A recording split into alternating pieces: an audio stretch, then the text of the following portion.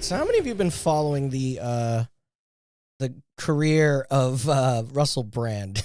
Oh, the last. Or should I say the utter decline? yeah, passively. Yeah, the last time I saw him was like years ago when he was just doing like a podcast or like a talk show type thing, and I was just like, this is what he's up to these days, huh? I saw he was talking with Jordan Peterson at something recently. Oh, he's a full-blown maniac. Yeah. So the last clip I saw of him before the clip you're about to mention was he was baptizing people in a river. Yeah, in a diaper. I follow him more than anybody should. I'll say Do you like my diaper? Yeah.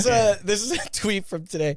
Russell Brand, remade as a right-wing Christian influencer, so that would explain the baptism, is now selling a, quote, magical amulet that protects you from Wi-Fi signals and other evil energies. Chungite.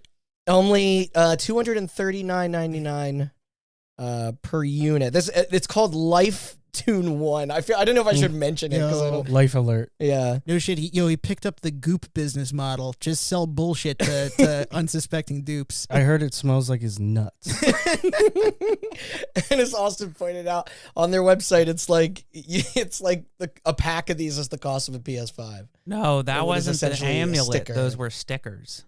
Oh, do they do the same thing? They do the same thing, but the reason, because if the amulet's $240 and you get 5 of them for $490, that's a pretty good deal. So I looked into it, and no, that was $490 for 5 stickers.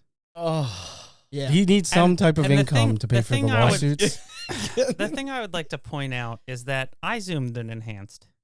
Okay, because Randy pointed out that he does this whole video about protecting yourself from wireless stuff. Yeah. As he's wearing, and he is wearing a specifically Rode wireless lav mic.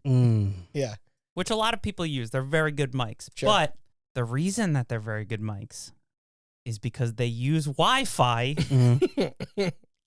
DSP to communicate with your fucking audio mixer or whatever. So they use 2.4 gigahertz Wi-Fi. So I guess, and then I looked into it and I was like, so does it protect you from sexual assault allegations? No. This is gonna get bummer for him. This is gonna get a little technical. So I was like, is this like a 5G thing where 2.4 gigahertz bands are fine, but 5 gigahertz That's what I bands aren't? assumed the conspiracy. There's always a carve out. But no, 5G is different. 5G is the mobile towers, and those are not 5 gigahertz. Those are like 60 gigahertz or whatever. Yeah. But then he talks about how it's especially important if you're going to an airport, because there's Wi-Fi. He named that in the clip, There's Wi-Fi signals all over the airport. And I'm like, bro, those are the weakest that's actually the weakest wireless interference you can get is at an airport. Their Wi-Fi sucks ass. Like, there's way more powerful wireless just floating around you all the time. Yeah. Hey, that is how you're able to upload this video. That's how you're able to record this video. Like, I'll tell him that. And hippie sensibility. He's talking specifically about how it blocks, and then the stickers, you're supposed to stick them to your laptop, tablet, or phone, and it's supposed to protect you from radiation. So I said, what radiation? Is this like a thing where people thought batteries were giving people ball cancer? They put out a handy dandy chart. I know. I saw. It's bullshit. What? And I was like, what radiation? I guess they mean RF radiation, radio frequencies. Mm-hmm. Like cell towers and stuff. But if this worked and you put a sticker and it was cheaper that blocks RF radiation, I'll get them as stocking stuffers on your phone would work. not work.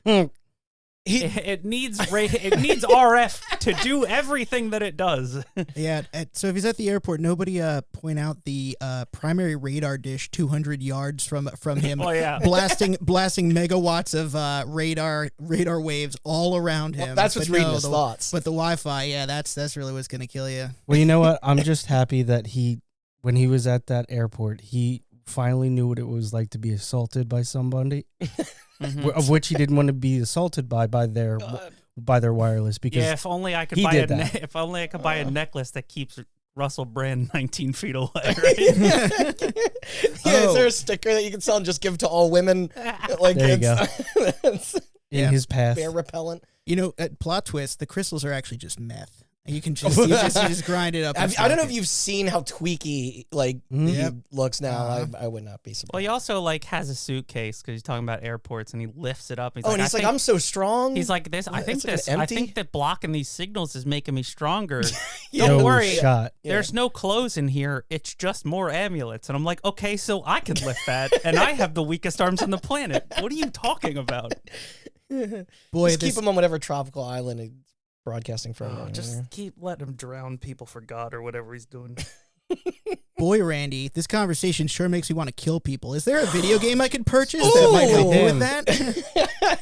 So, gentlemen, the season of scares is upon us. As is tradition, we're going to put our spooky hats on and dive into the darker side of video games. And what better place to start than with the development and various controversies of one of the industry's most infamous titles.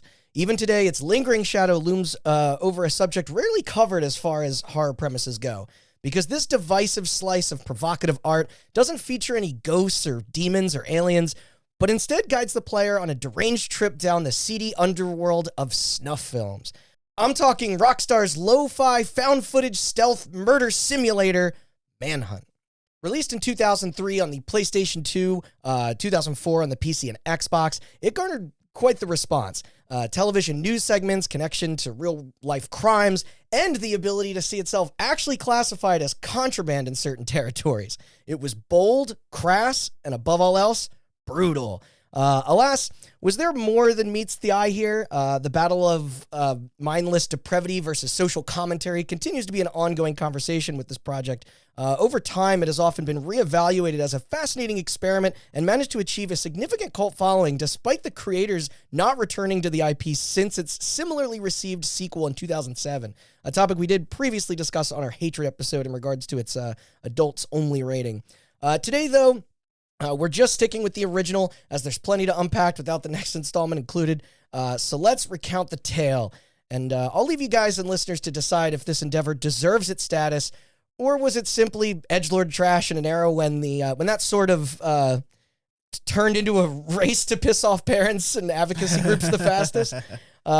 This is Hot Button. I'm Randall Beatrice, here with Austin Blakesley. Yo. Sean Chambers. I'm going to kill you. And Matt Boom. Fuck the haters. I mean, good to be back. Who's ready to get filthy? Not me. Me. I already feel filthy enough from that conversation at the start of the Russell Brand convo. Yeah. World's full of sick people. It's a sick world. Where we live is sick people. Yeah, I'm away, Bob. All right, so we're going to shake things up for this story. Rather than beginning with its pre-production, I first want to give context to the cultural perception of what exactly a snuff film is and where the term was born. For those who haven't heard the phrase, the direct definition is that it is a movie filmed for the purpose of profit that depicts an on-screen homicide. I find the latter half of that explanation important, as in order to qualify for that label, it must be orchestrated with the intent to earn money. Internet gore videos of accidents and footage of war would not fall into this category. And neither does popular Mondo documentaries such as Faces of Death or Traces of Death. This concept more surrounds the idea of a victim being hunted and lured by an assailant under false pretenses to ultimately have their demise recorded and then illegally sold to buyers. Man, the only time I can talk about that I love the band Snuffed on Sight. I never heard of They're so sick. Continue. Now, describing this is obviously extremely morbid. However, you'll be relieved to know that the validity of the very existence of snuff films is still questioned to this day. There are indeed gray areas, which we'll get into, but likely these theoretical products of evil are probably more an invention of tape enthusiasts spawned by widespread fears of the roads less traveled or just its portrayals in pop media. Not to mention the increase in reporting on serial killers, as well as the rise in slasher horror as a genre. Conspiracies on whether or not this vile ring was truly happening behind the scenes of our surface-level lives initially became a dialogue amongst its sheltered citizens around the 1970s. Listen, I grew up on the internet. Yeah. Okay. I've seen things. Horrible things. I'm sure. Unspeakable things. I'm sure this has happened. Any idea you can come up with at this point in history has probably happened. Somebody out there was crazy enough to do it. Yeah, it's not unbelievable. Right. Yeah. Filming a murder and selling it for profit, I buy that. The fact that this is like the red rooms on thriving industry is absolutely listen. Yeah, that sounds like an invention of pop culture. Yeah, I mean, no, for like sure. you said, there's a story out there about a guy agreeing to let somebody eat him. Yes, they last podcast, their last Cannibal Cafe. They I feel like this just killing people and then recording it. Yeah, way more popular than that. Right, but remember, it has to be for profit. Right, the 3 guys, 1 hammer, or 1 man, 1 ice pick don't count. Right, but yeah, everything's for profit. I'm sorry. Dear Lord. It's like, dude, you just pull them out of your brain. Just be like, I don't watch any of this shit. I just know about it. It's meticulously stashed in your filing cabinet mind. It is. What, you guys don't remember Wombat versus Baby? That was like an internet classic. It's just Pain like, Olympics. Also, does that mean that got proven to be fake? Yeah, I does know. that mean that if you were to film something else and somebody was to die during it, and then you sold that's not a snuff film? Wizard of Oz would be a snuff film. Because I was gonna say, I feel like that shit happens all the time, and nobody's paying for it. You just go on, like, right, rotten.com or I guess whatever the equivalent is now. Run the. What if it's a donation link? If you were filming illicit materials and somebody was getting choked and they got choked too much and they died, and then you decided to sell it anyway, are you then selling snuff material? No, because I think I would say yes. I would, but it's not the premeditated. Express purpose, That's right? what I'm asking. It's so niche. Is the premeditated? Do you have to go into it being like, I'm going to record this and sell it, or if you you need backers. If you happen upon video footage of a murder and decide, ooh, I can profit off of this, is that a snuff film? No. I don't know. I mean, I think that's where I think that you aforementioned gray area. Yeah, you got to start and you got to be, I'm going to kill this dude and he doesn't know. Specifically, Snuff Mania. You see in this 3. chat? Rumors of these were then amplified following the debut of the exploitation film Snuff in '76, thus coining the word, in a cheap effort to capitalize on the so-called urban legend by marketing itself as genuine. It even led to an investigation by the New York County District Attorney to verify its claims. So ISIS videos aren't snuff. That will come up. And, no, because So in reality, this movie Snuff, it was loosely based off the Manson murders and was just a cash-in designed to ride the craze and fool consumers. It was easier to trick people back then. And let it be said, the fact-checking website Snopes.com stated in their research that nobody has ever unearthed an honest, commercially produced snuff, film or movie. Cartel or militia videos of torture and beheadings don't count as they were leaked with the intention of spreading propaganda and ideology. This needed to be entertainment. Yeah, and it wasn't pursued. As sick as that sounds. They didn't have to pursue them. Hold on. Yeah. You ready for the most fucked up joke I've ever said on this podcast? Yeah. Wow, this is, What if the next ISIS beheading video they just put up on Vimeo, and you had to pay like $10 oh my God. watch it? Well, I mean, like, they put up a Bitcoin address. They've uploaded stuff to YouTube before that's obviously gotten I know, but the thing about terrorist videos like that is that it's not for profit, because profiting off of it would go against what it's actually designed for, like you said. And so can you imagine like a YouTube outro stinger of ISIS being like, if you want to see more content like this, hit the subscribe button. Smash that like button. We're going to do 3 beheadings a week. And if you're really into that, we have extra beheadings, the ones that we fucked up on Patreon. You can subscribe there. Check out our clips channels for just chopping off limbs. We got a new business going, Mr. ISIS Burger. Okay. Yeah. Oh God, Mr. Beast starts a terrorist organization. I captured an FBI agent.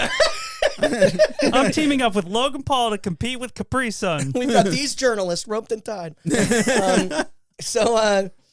Moving on, the myth, of course, didn't die here once snuff was discovered as fake, because audiences remained forever curious throughout the ensuing decades. And the examples of motion pictures that came out on these heels were numerous.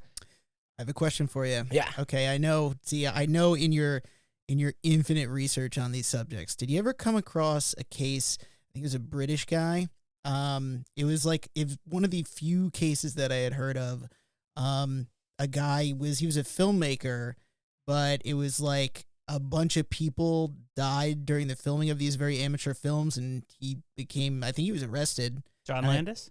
Was that him? Oh, shut up. The Twilight Zone helicopter crash. You know what? I'll look it up. I remember listening to a podcast about this. Sounds like something I would know. It was it's fascinating to listen to, but a bunch of people were saying it's like, it's kind of suspicious. Just that, reckless. Yeah, and it's just like no care for safety. No care for safety sort of thing. It sounds like a guy who just doesn't have enough money.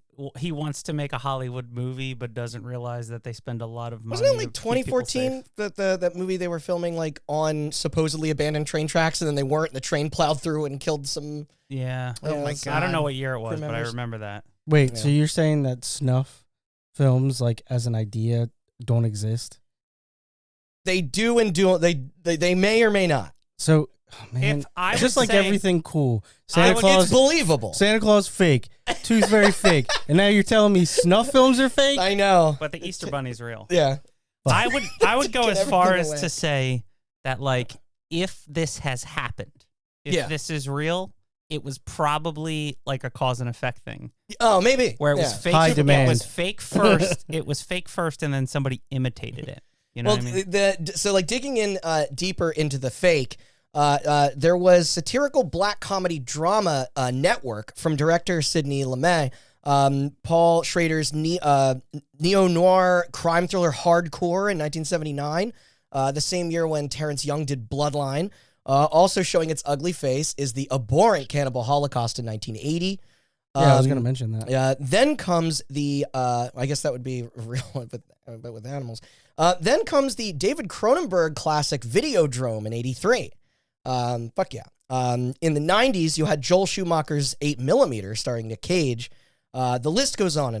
And I'm jumping past the Guinea Pig series and the August Underground trilogy because, like, woof. Wait, why did you have to bring race into it? What? Black comedy? Yeah. Black. This don't sound like no Kings of Comedy to me. Back then, they would have they would have called it urban comedy. Yeah. Oh, okay, my fault. But anyway, my point is this shit like was here to stay in public consciousness. Even Trent Reznor got in on the action with his music video / splatter porn short film Down in It, taken from a track from Nine Inch Nails' album Pretty Hate Machine. A venture that briefly got him in trouble when the VHS saw unofficial distribution by fans at horror conventions and tape swaps. Thankfully, he avoided any repercussion there. He's so edgy. Yeah. Anywho, enter Rockstar North, the studio that needs no introduction. But here it goes regardless. They were founded as DMA Design in Dundee, Scotland in 1988 by programmer David Jones. Their first office was a castle in Dundee. It really does sound like... Dundee, Scotland. I'm just picturing like the windswept Scottish moors. They're just designing GTA. So much fog. They quickly saw success with their partnership with Psygnosis and launch of the Lemmings franchise. Soon after, game where you make things kill themselves. yeah, actually. Soon after, they would collaborate with Nintendo on stuff like Body Harvest and Space Station Silicon Valley. Yeah, okay. Yeah, Space Station Silicon That is Valley. weird. I was just playing that this morning. Hell yeah. Both That is weird. Yeah, it is weird. Yeah. Both vastly underrated titles, with the former serving as a progenitor to their biggest hit yet, Grand Theft Auto 1 in 1997. This was also where the Hauser brothers came aboard with their team, and when their reputation for crafting mature experiences was solidified. GTA sequels were then inbound with 2 in 99, and then it's transitioned to 3D for its third installment in 01. One of the most monumentally historic pieces of software ever conceived. The inescapable smash of GTA 3 and upcoming Vice City, leading to the company getting sold to parent holdings group Take-Two Interactive, as well as their formal rebranding to Rockstar Games. No longer was the crew to be associated with colorful platformers, but now they were the fresh faces behind edgier punk rock titles wrapped in a hip cinematic aesthetic. Midnight Club, Max Payne's Smuggler's Run, Oni, and State of Emergency could range in quality depending on who you asked. Although, each of them definitely stuck out on store shelves. They didn't make a lot of those. No, they published Max Payne, Oni, and State of Emergency. Midnight Club and Smuggler's Run were developed in-house. Yeah.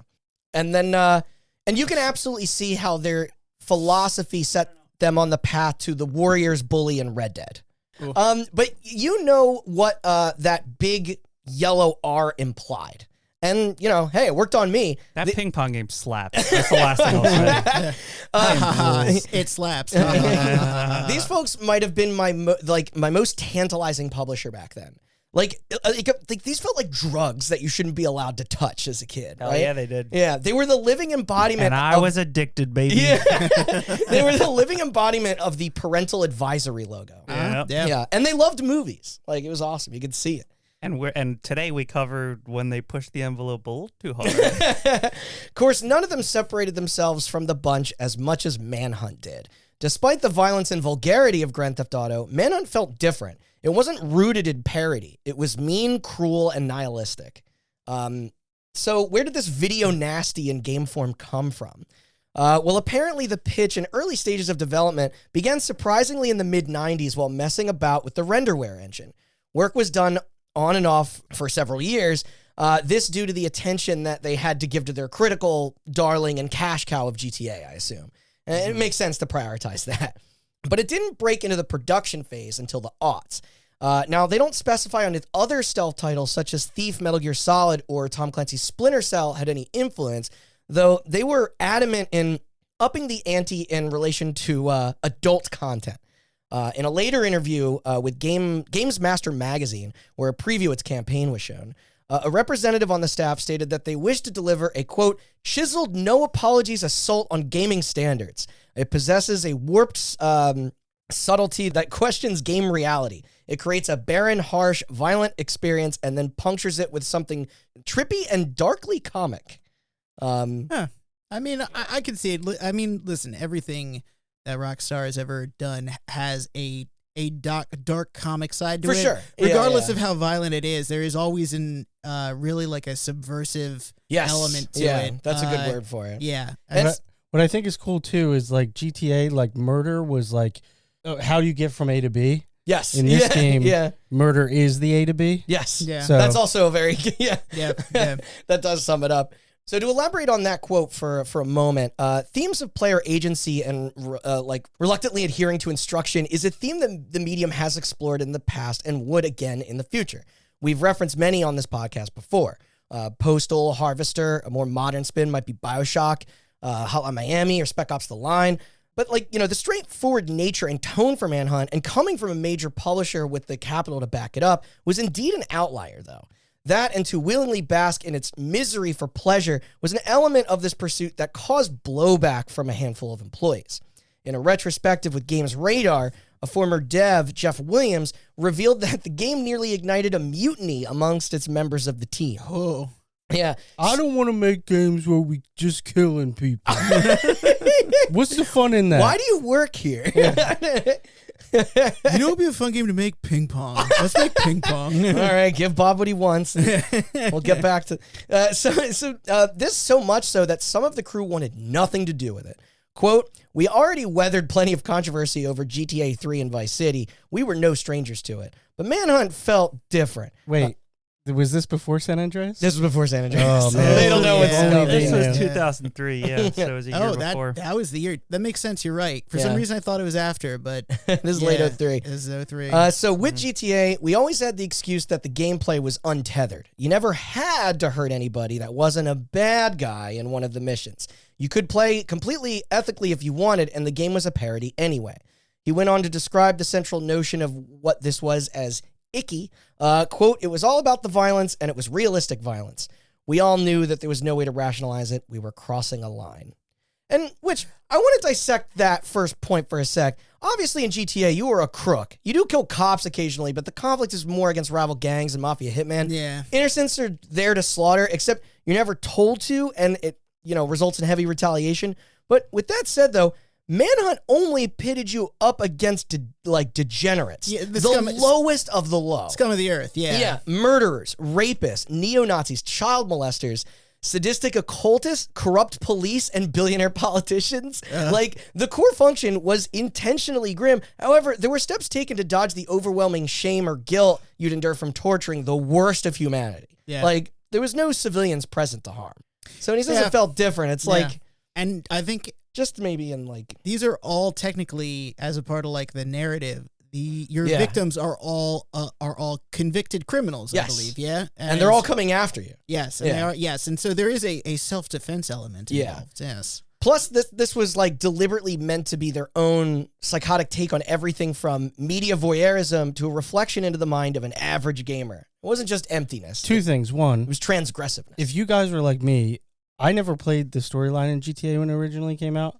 I just treated went it on rampages? Yeah, just treated it like a snuff film. Yeah. And every kid did that at first, and then could you imagine if there was like a pacifier ending for GTA? Just don't kill run. Yeah, exactly. Oh my god. Yeah, it's like Undertale. Wait a minute, I think a YouTuber did that. I think somebody was trying to see how little killing they had to do to completely beat a GTA, like by avoiding. And like, I think they found out there was like a couple NPCs that you had to take out. Right. But like, because otherwise you are a mass murderer. Like, I think the game actually catalogs how many, and it's like by the end of like a regular GTA campaign, it's like hundreds or thousands. Isn't one of the endings like a scene out of Scarface too? Yeah, that's Vice City. Yeah, like it's literally the source material for that entire mission was So I mean, yeah, that whole philosophy went out the window for 4 and 5. Because if you were to do that experiment with 5, you have to kill so many people. And it's just a longer game, so inherently there's going to be more enemies. Yep. Christian Cantamessa, their head level designer, explained that they wish to create something with, quote, scathing social commentary, the peddling of violence as entertainment, and the inbred inaccuracy of the American penal system. Pretty good. Penal. Yeah. So really, it's highbrow entertainment if you think about it. On the opposite side of the spectrum, lead character artist Alan Davidson spoke about how the story already started fucked up for the sake of being fucked up, but then just snowballed from there. Which I can totally imagine. Like, you're sitting around, you're just trying to like one up each other. These quotes that you found are just precious. Yeah. Like the guy saying it's like, no, we had no excuse. We knew we were someone who was like, this is our intent, and it's very like, you know, like he's talking about like how cerebral it is, and then the next guy's just like, I don't know, man. We was just like, it's like they were just sitting around. What if you could shove a screwdriver up their butthole? Yeah.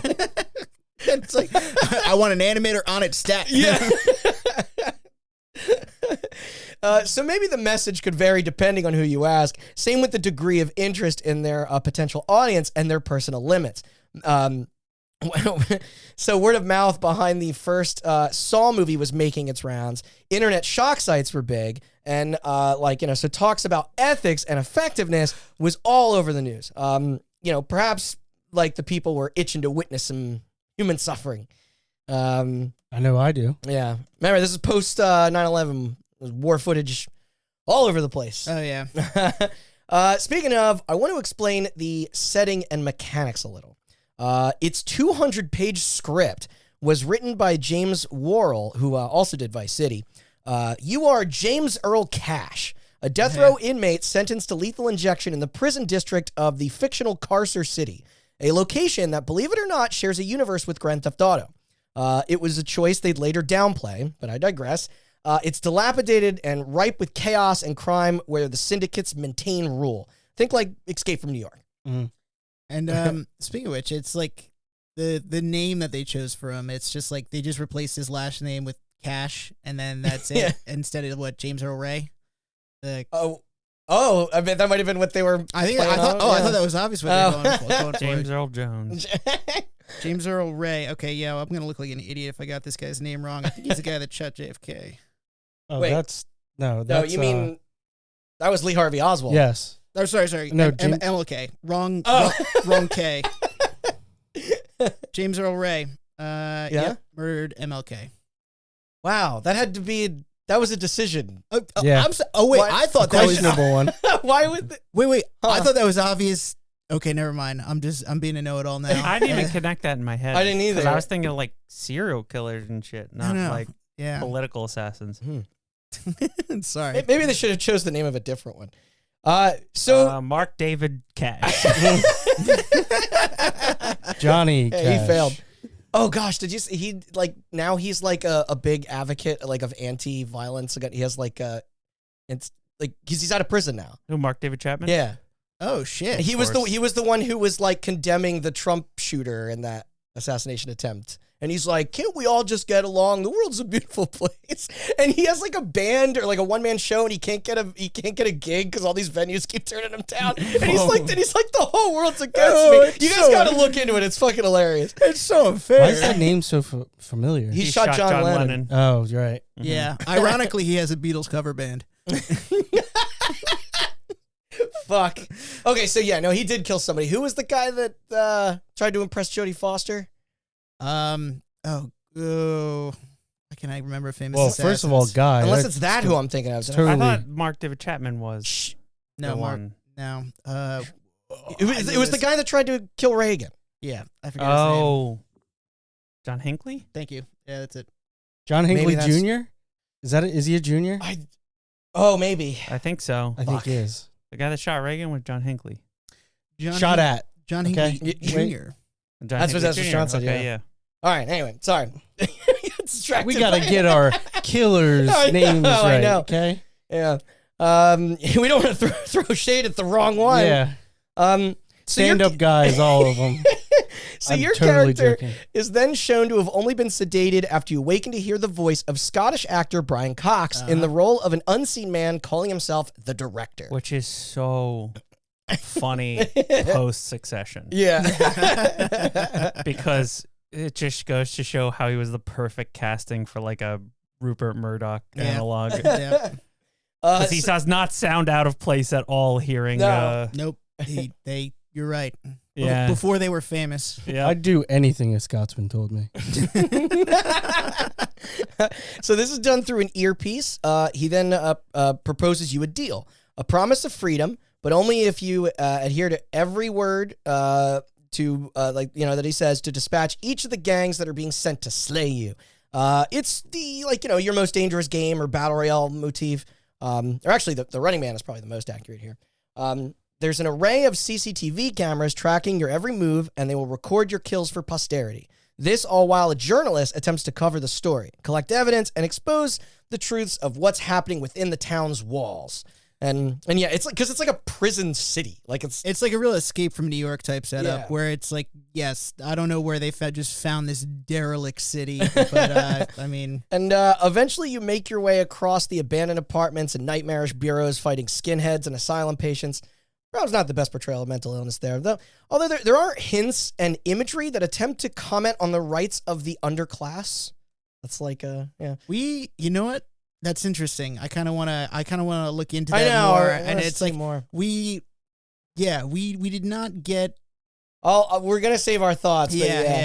For later, but during this, you are appeasing that aforementioned wealthy director figure by giving him ample footage of the assassinations to capture on his monitors to sell as snuff films. Not from me. I fucked up all of them. I wound up scring up every assassination. And this, by the way, to a producer in Los Santos, which is funny. I was the best. I was the best at it. Yeah. So wait a second. So they established that there's a connected universe here. Mm-hmm.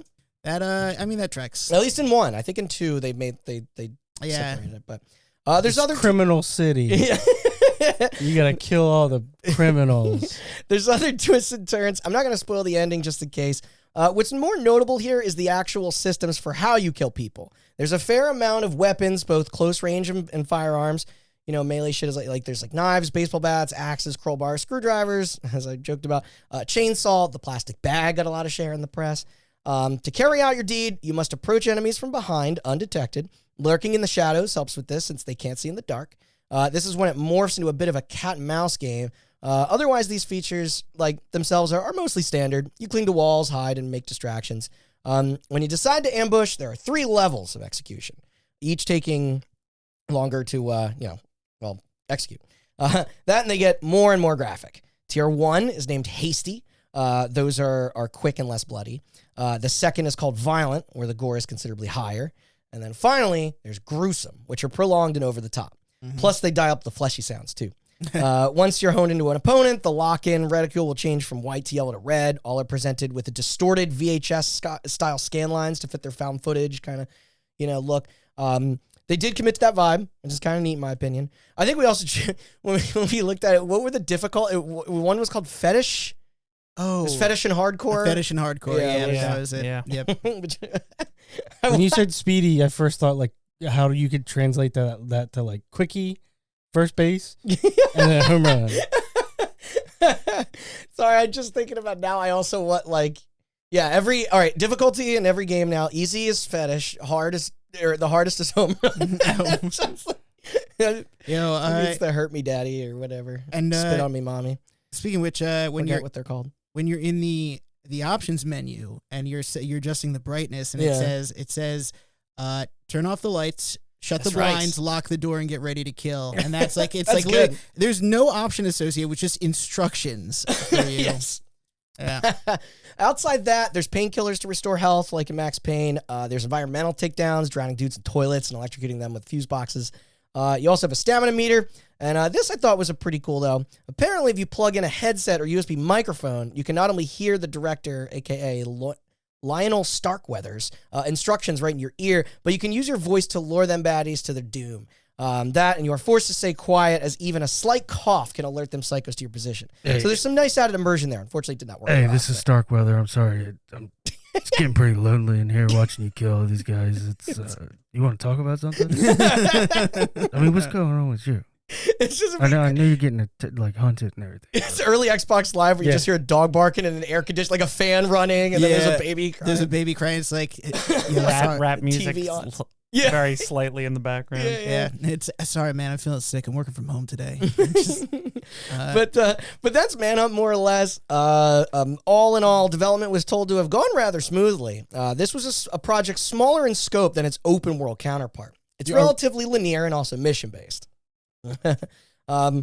The design team. Oh, so it was mission based, but I was thinking, wouldn't it be funny if it was like Devil May Cry, like chapter based, where at the end of the chapter you get a little montage of all your kills. It's like snap. Oh, neck, break the guy's neck. Yeah, they should give it. It's like there should be a replay system that actually like links your footage together into a tape. Missed opportunity. And then it's like Jackbox where you can actually go to a website with a code and then print it on a T-shirt, print it on a VHS tape. Oh my god! Oh my god! Holy if they ever get the balls to make a Manhunt 3, they should just let you share your compilations to social media. There's only one place. Mode. There's only one account link, and it's Twitter. Yep. The design Truth Social. Yeah.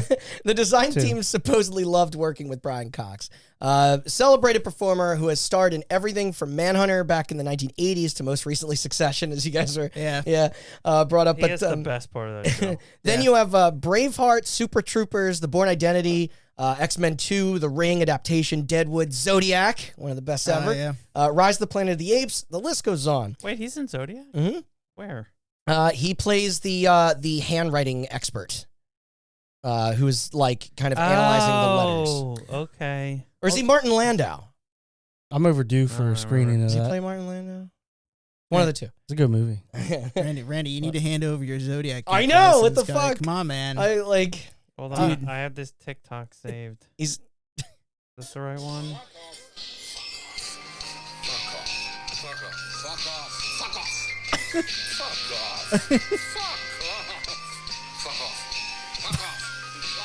It's so much longer than that. Wait, have you heard of the real quick, a little tangent. Have you heard of that guy who's like posting TikToks? He goes, "My dad was the Zodiac killer," and he starts off every video like that. Yeah. I will and I'm gonna show you how to do makeup.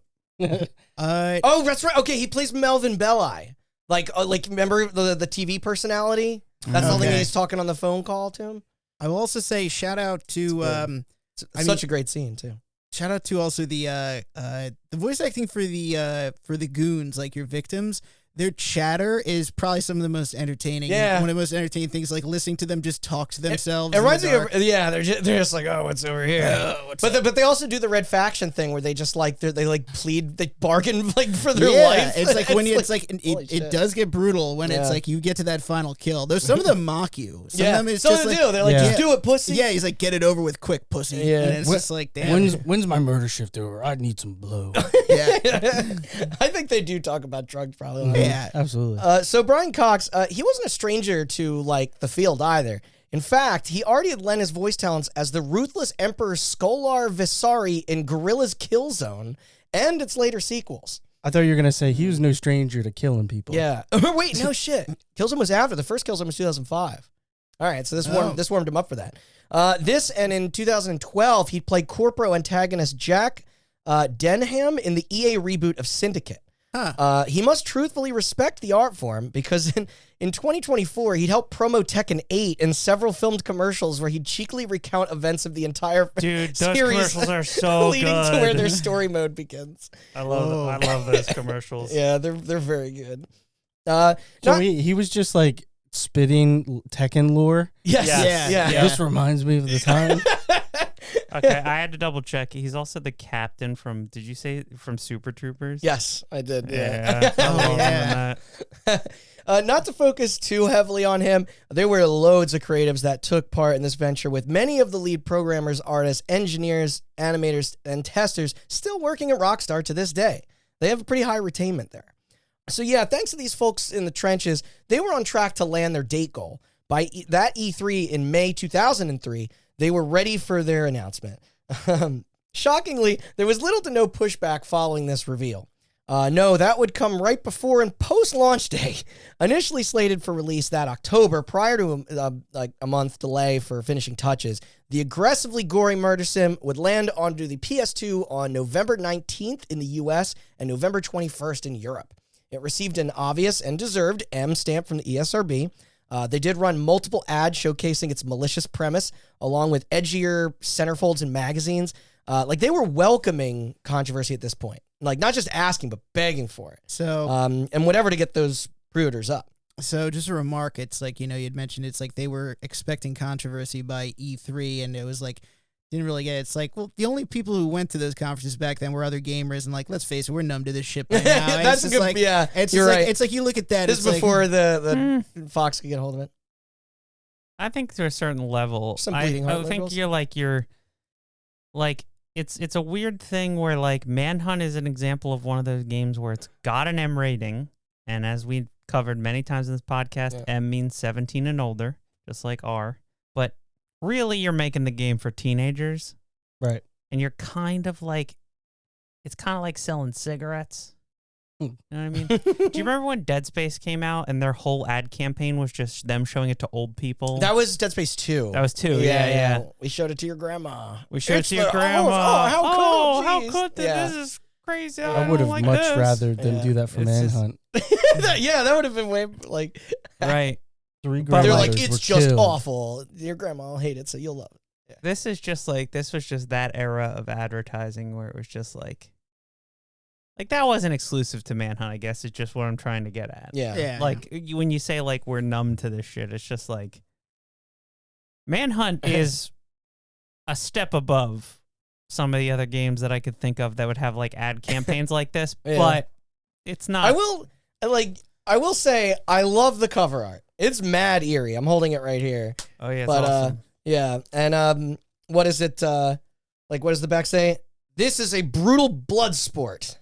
That's Jean-Claude Van Damme. And I like that the Austin, your copy here actually has the original manual, which makes it look like an advertisement for the distributor of the in-universe snuff. So that is Valiant Video Enterprises. That is the thing that Rockstar did with most of their like PS2. They had and great whatever. little. If you open up, if you track down a copy of old GTA PS2 games, the manual. The map. Well, first, yes, it does come with a map. Oh, it's like a city guide. It's like a tourist guide. It's written as a tourist guide for the city, and it's like it's like they did a really creative job, and it's like there's a bunch of references to like events that happen in game. I think Red Dead also had that. It was like flyers, like a magazine that you would like order shit from at like a general store, but like an old school Sears catalog. Early.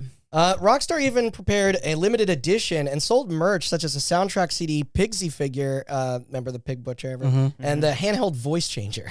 Oh, that's sick. Yeah, to sound like a talk boy. Yeah, make you sound like Brian Cox. Yeah. Could you imagine? I want that. That is, yeah. Oh, that would be. Can you imagine Home Alone with a talk boy that changed it into like a Saul garbled up a Teddy Ruxpin? Yes. Make it sound like a broken Teddy Ruxpin. Backwards function. Yeah. They shared a window with True Crime Streets of LA, The Lord of the Rings, Return of the King game, SOCOM 2, Prince of Persia, The Sands of Time, Beyond Good and Evil, Medal of Honor Rising Sun, Ratchet & Clank Going Commando, SSX3, Mario Kart Double Dash, Need for Speed Underground, Counter-Strike for the Xbox, Final Fantasy X2, Metal Arms Glitch in the System, Star Wars Knights of the Old Republic, Max Payne 2, Rockstar's own, and Future Topic 13. Like, this is how densely packed. Holy shit. That is all in the span of less than 3 weeks. That is a hell of a list of games. Yeah, that's what it used to be like, Other than Double Dash. We used to eat so good. Yeah, right? Yeah, no, we did not. You just kept going, and it kept getting crazier and crazier. No, we You could have just said SOCOM 2 and Sands of Time and stopped there, and it would have been like, God damn, that was a good month. This is just all right there next to them. Oh, yeah. So it was crowded for this little smut factory to gain its footing. Smut? Yes. Also, 2003, solid year for the industry, apparently. I know people usually refer to, to 04, which I understand. That this was no slouch either. I mean, Halo 2. Half-Life 2 and Metal Gear Solid 3 and Santa Ana, right? It's a big one. But, I mean, KOTOR and Sands of Time and all the other shit you named, that's nothing to shake a fist at. No. That's a lot of good shit. This is 6-3. Need for Speed Underground? Hell yeah, dude. Yeah. Crazy. More people should play Metal Arms. So, upsettingly, during its first 3 to 4 weeks, it moved a mere 75,000 units, a fraction of what they were accustomed to with GTA. In spite of these poor numbers, it was ported to Windows and the OG Xbox about 6 months later in April of 2004. With each version, this overall resulted in a total of 1.7 million copies purchased by the 2008 fiscals when it finished its print run. It did achieve a greatest hits reissue on PS2, at least, but... Oh, wow. I'm one of them 1.7 million. Yeah. Got my copy right there. Meanwhile, the reception was mixed to positive. A 74, 75, and 76, respectively, on Metacritic, depending on where you're getting it. And I mean, it wasn't bad. Perhaps it was no Game of the Year contender like their other offerings, though it never gave off the impression that it was going for that anyway. Praise was given to its overall atmosphere and technical aspects like its lighting engine. But middling AI, repetitive levels, and a slapdash shooting mechanics wore thin on critics. I don't disagree. It could get frustrating. Mm-hmm. Far and away, though, the largest criticisms were focused entirely on its setting and goals. One thing I'd like to point out is that these reviews appear to primarily weigh on the reviewer's personal sense of taste. It was definitely unique. GameSpot and future dev of Supergiant, Greg Kasavin, concluded his take with a commendable 8.4, complimenting its sheer dedication to the levels of, carnage portrayed. Andrew Rayner over at Game Informer gave it a whopping 9.25, praising its audacity and pushing of the PS2's hardware.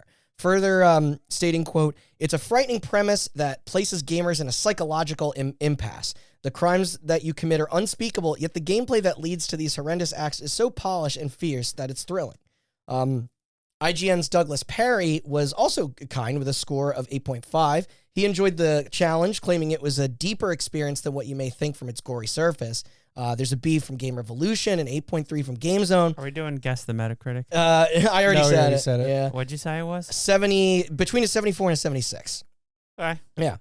I'm curious about this line from Edge Magazine's 8 out of 10 review. Unfortunately, it's just credited to the staff and not a single person for some reason. But, quote, "As with GTA, there's more than shock and awe. Within its linear structure, there's a lot of freedom within which to act. Much more than both Splinter Cell and Metal Gear Solid 2, the titles which Manhunt closely resembles." And, I mean, I understand what he's saying, though. I don't know if player options are on the tiers of those. Especially Metal Gear 2, like MGS 2. No, he was just recalling a time he actually killed a guy. I mean, it's a very common thing that kind of annoys me when people compare like that. Yeah, when you're just like, when you play like True Crime, you're just like, is pretty good. It's not GTA, Well, and it's yeah. like, well, okay. Well, do you remember GTA Clone used to be like a thing? I know, like everybody right? said, even though like a lot of those games were very different from each other. But it's like comparing the first Saints Row to like GTA San Andreas and just being like, it's not as good. It's like, okay, it's not as good as the pinnacle of the art form. That's like, and you're comparing different generations of Does your game have a dildo bat? Checkmate. But others were. There's a burger place called Freckle Bitches. Freckle Bitches. So good. I still, all right, side tangent, because I think about these and laugh on like a bi-weekly basis. But I remember the thrift store is called Sloppy Seconds. Yeah. The liquor store is called Brown Baggers. Which is still, the auto shop is Rim Jobs. Great. And Rusty's Needles is the tattoo parlor. Place. That is my What's favorite. the gun place called? Friendly Fire. My favorite by far, and it's the most innocuous, it's the sandwich place is called Company of Heroes. It's like, dude, that's a deep cut. Oh, it is good. Hilarious. But others were middling to less favorable of Manhunt, ignoring the 10 out of 10 from Maxim, which is nuts. There's Maxim magazine? Yeah, they used to review video games. Playboy did too. Yeah. There's a 78 from PC Gamer, a 6.83 specific from EGM, a 4.5 from OXM, 2.5 stars from Computer Gaming World. What did the game do to not get a 8 point? What'd you say? 6.83. 6.84. What is that?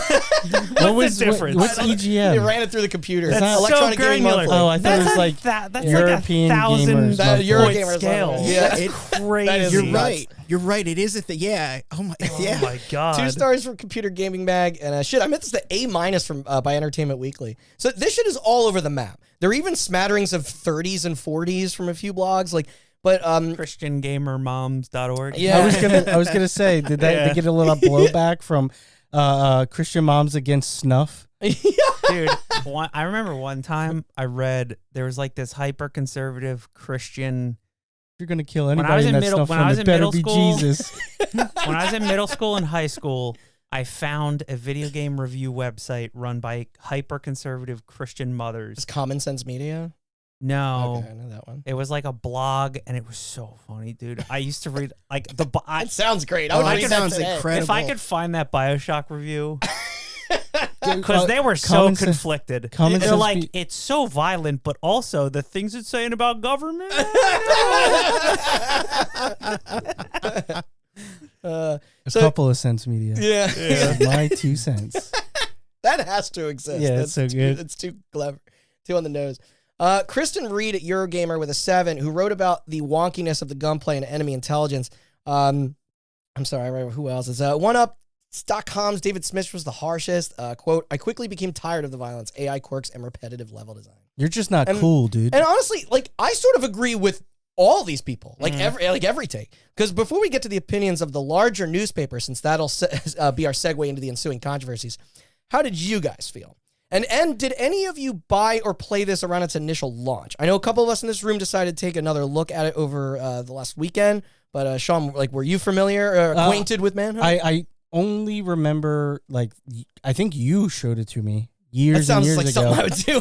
And I think I remember, like, I don't want to say a commercial, because, like, do you really put a commercial out for this game? Because, like, yeah, you aired on Comedy Central after 10 o'clock. Okay, or something. Yeah, I vaguely remember like that CCTV. Yes. Like angles, and you're looking through, like, it's almost like Resident Evil camera angles, and it changes because it's do like you use that for the ground. Like navigation. It's third person behind the camera, but then they'll switch to fixed camera to show you the CCTV footage. So that and that will kind of be like, here's your map, now go. Oh, okay. Like, kind of thing. Mm-hmm. Yeah, no, I vaguely remember it. But no, I didn't get intimate time, especially not recently. All right. I will say, and I'm gonna touch on this again at the end, but as Austin, I didn't know this until he told me, but that it is backwards compatible on the Series X. And that version is great. That's probably the best possible way to play it. Can you buy it on the shop? Yeah, you can buy it. It runs at 60. Mm-hmm. Yeah, runs at 60. It runs at 4K. Yeah. I think I'm gonna we put my old Xbox disc in, and the game had to update. It was crazy. That's right. Yeah. I think I might go download it and just give it a shot. Yeah, do it. Yeah. Oh, you go I ahead. don't have two though. I was gonna say the only real look I ever took at it before it cropped up from the dead for this episode. Yeah. The only look I ever took of it is on a game store shelf, and I was like, this kind of looks like schlock. And this is around the time. Didn't work on you, huh? No, you know what? This is around the time that I was like really getting into games as like a I don't know, games that had like they made statements. They had like I don't know. There's statements here. There certainly are. Listen, you were more mature and well read than the rest of us. I was just like, show me the murder. Yeah, and it's like I was like this is around the time that was like it's like Half-Life 2, and it was like I wanted games with it was just like had a little bit more. I think I separated those in my mind of like those more thoughtful, more engaging experiences, and then like it's like sometimes you need some fast food with exactly. You eat healthy food and you eat junk food. Yeah, You gotta have a little bit. This is the Frito. This is the like the cheesiest like Cheetos Cheeto fingers. that get on your. You gotta wash it off. I was gonna say the one thing I will say is my impression of it the entire time was I kind of got like edgelord vibes from it. It's got a bit of that in there, and also I was very much under the assumption that it was just straight up like hack and slash like Rampage, like it's like it basically take the like State of Emergency. I kind of figured it was like more like State of Emergency. That would have made it way easier. It's like Maximum Carnage sort of. You got to work for this. And boy howdy, I was wrong about that. And we can get to that in a second, like what that game really is about. Yeah. So the era that this came out in, I had Blockbuster used to do an unlimited Game Pass. I remember that. Same. Yeah, and I had that around like 2002 to 2004. It's a good time to have. And then they stopped doing it, I think, when the new consoles came out in 2005. But I remember going to the store, and it was funny because you listed all those games. I know that this came out around the same time as KOTOR because I made the decision to get KOTOR, and I was right. But I did rent Manhunt. Yeah. And I did play like a couple of hours of it, and then I returned it to get something else. Because, like you said, there was a lot of shit, Metal Arms and Sands of Time and all that shit. Yeah. This was always one of those games that, like, I rented it on PS2, and I was very loyally an Xbox person back then. So I was like, wait a few months. GameCube exists solely to play Smash Brothers. The GameCube is more than that. Yeah. The PS2 exists solely to play SOCOM, and the Xbox is for everything else. So, like, and then like, it came out on the Xbox in 2004, but like my Xbox in 2004 until was like you were preoccupied.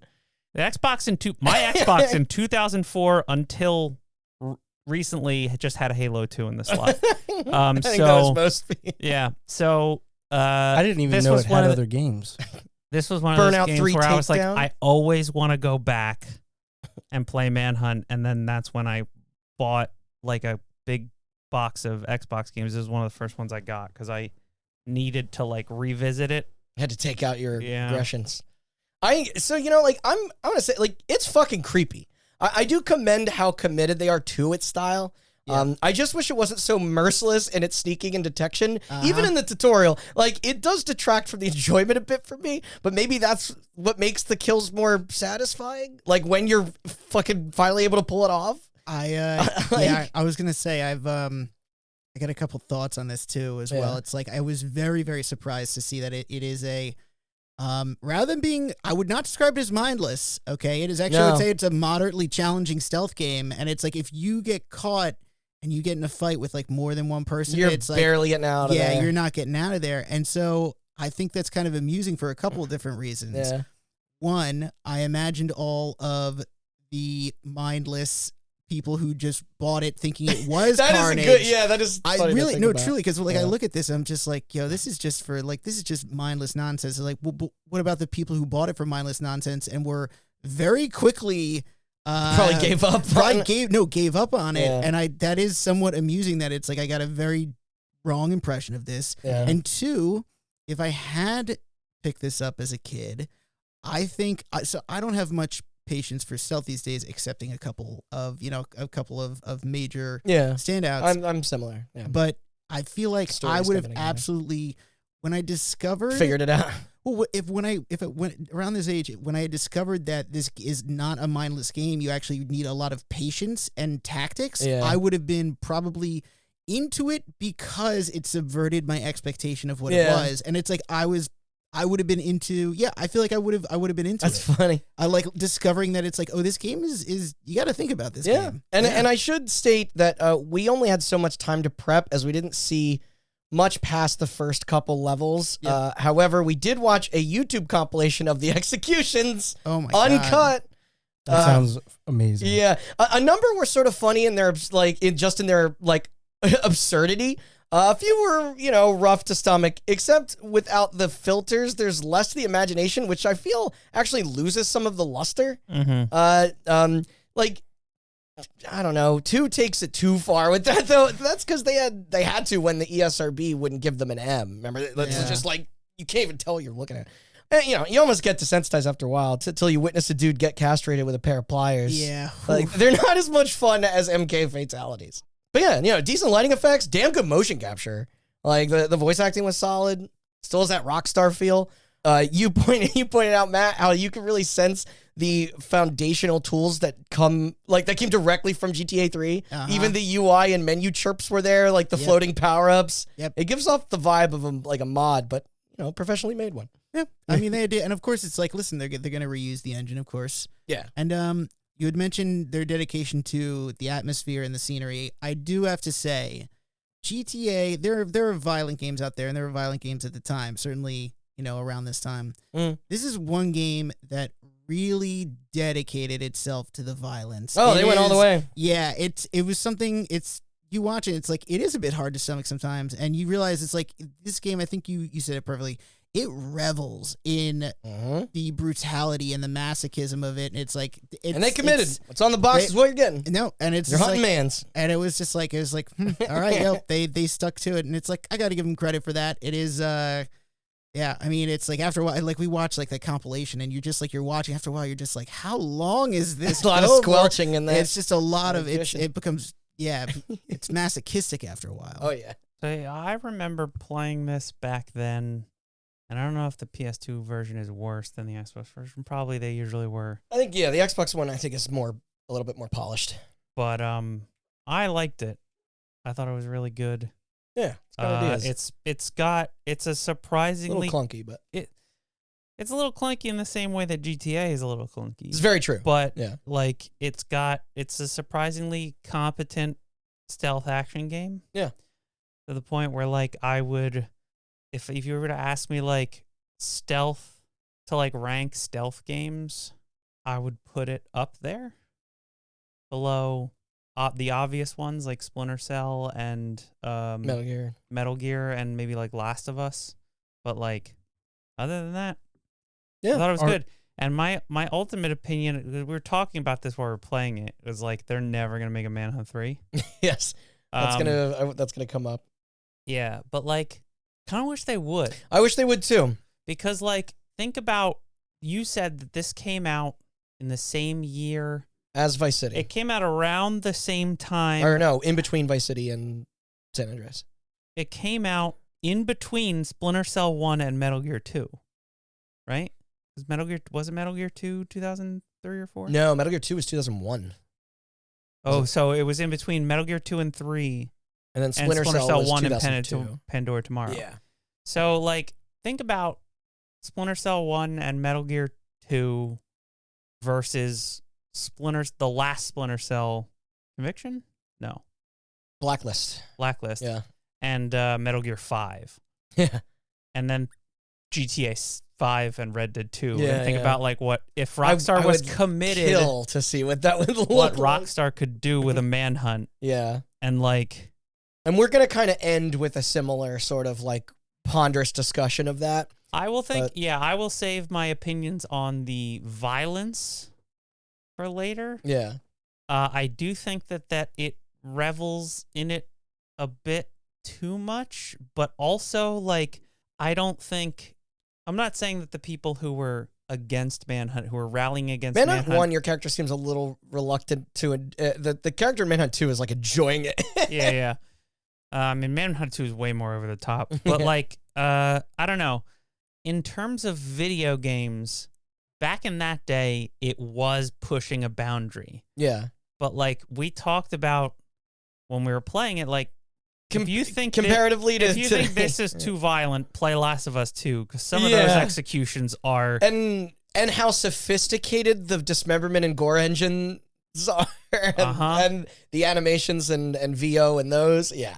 Look at how far fatalities have come. Yeah, I know, but like, and also like, it's going for a horror thing in a way that a lot of violent video games weren't. It's a different tone here. Horror video games were. That's why it's a little bit more cartoony. That's why it's interesting to pair this up with things like Resident Evil and Silent Hill and other things that are more explicitly horror.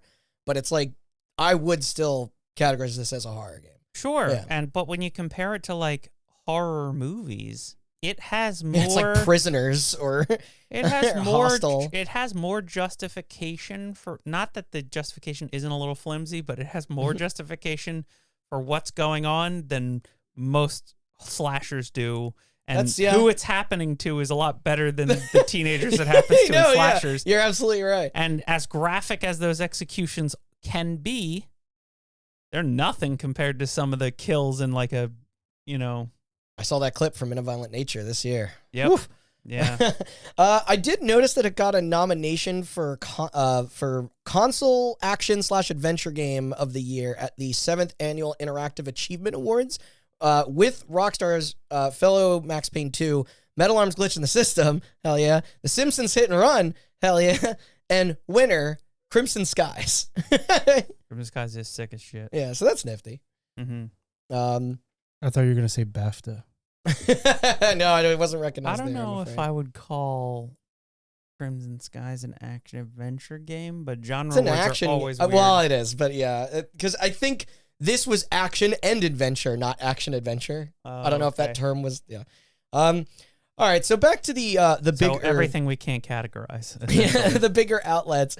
Toronto Star writer Ben Rayner did declare importance to the daring nature of Manhunt, defending its graphic content as not only a reflection of its era, but also condemning its cause to be banned. More on that in a moment. So he said, quote, "As an entertainment and cultural artifact, Manhunt is totally disturbing, but so is the evening news, the all-eat-anything-for-money lunacy of Fear Factor, and the unfettered misanthropic gunplay of Bad Boys 2. So I will defend until my last breath Rockstar's right to sell this stuff to me and anyone else who wants it. Do I think games such as these could have dire psychological consequences, particularly for young people? As always, I remain agnostic on the matter. Who knows, really? There's studies show there isn't. The debate will never be resolved." Okay, he's right about that. And this. "The American military obviously thinks there's something there. The troubling new TV ad campaign for the U.S. Reserves lures potential young soldiers with tales of adventure accompanied by blatant video game-styled animation. And curiously, no one has complained about or tried to ban SOCOM U.S. Navy SEALs, in which stealth and killing figure even more than Manhunt." And I completely get that stance, especially the bit at the end. It does make you question a lot when you compare it to its contemporaries, an onslaught of war titles in the post-9/11 world. A ton, I'd argue, as being far more problematic in the long run than this. Your Conflict Desert Storms and Full Spectrum Warriors. Also, fucking America's Army, the game.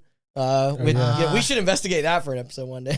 Oh, yeah. How have you not touched on that yet? Yeah. That is a lot to get to. I think there's all the military type games are steeped more in realism than this is. Yeah. No, for sure. So, where's the argument? Yeah. Levi Buchana of the Chicago Tribune fame also remarked on Manhunt's significance and argued its place within the medium's modern history, elaborating with, quote, "This is easily the most violent game ever made." Just you wait, Levi. "It will likely be dismissed by many as a disgusting murder simulator," there's those words again, "with no reason to exist. But Manhunt also is the Clockwork Orange of video games, holding your eyes open so as not to miss a single splatter, asking you, is this really what you enjoy watching? Had it been poorly made, using the snuff film angle as a cheap gimmick, the game would have been shameful and exploitative. What elevates it to a grotesque, chilling work of art is both presentation and gameplay. If this succeeds at retail, it will say more about America's fascination with violence than any political discourse or social debate. Well, that makes Manhunt the most important video game of the last 5 years. So layered of a comment. I know. America's fascination with... I want to... It's a tad hyperbolic here and there, but even just seeing words this poised surrounding a title like this signifies real growth in games analysis. I want to push back, because you talked in the beginning, you highlighted the snuff film angle of it, right? Yeah. And a lot of these people are like, the snuff film part is gross. But I feel like the snuff film part really adds... For me, that's the consumerism and kind of like... Right, because it's like you're making these, so if you're enjoying watching what you're doing, then you are... You were the customer? You're the customer. Yeah, exactly. Yeah. That is I do like that. And it's like, to read opinions that thoughtful from regular journalists and not professional game critics was seriously surprising, especially when you toss in the sensationalism of San Andreas' hot coffee backlash that same year. It'll be later. Hell yeah. Obviously, not everyone felt this way. What's worse, sex or murder? Sex. We know it's sex. Yeah, of course. Because it didn't take long for competing channels to immediately demonize everything Manhunt. Our buddies at Fox being the loudest. Well, them and Canadian newspaper, The Globe and Mail, who slammed it as, quote, this is a venal disconnect for the genre. Is that how you pronounce that? What is going on here? Yeah. Manhunt wants... Spell it? Yeah, VENAL. Venal? Manhunt wants your children to kill you.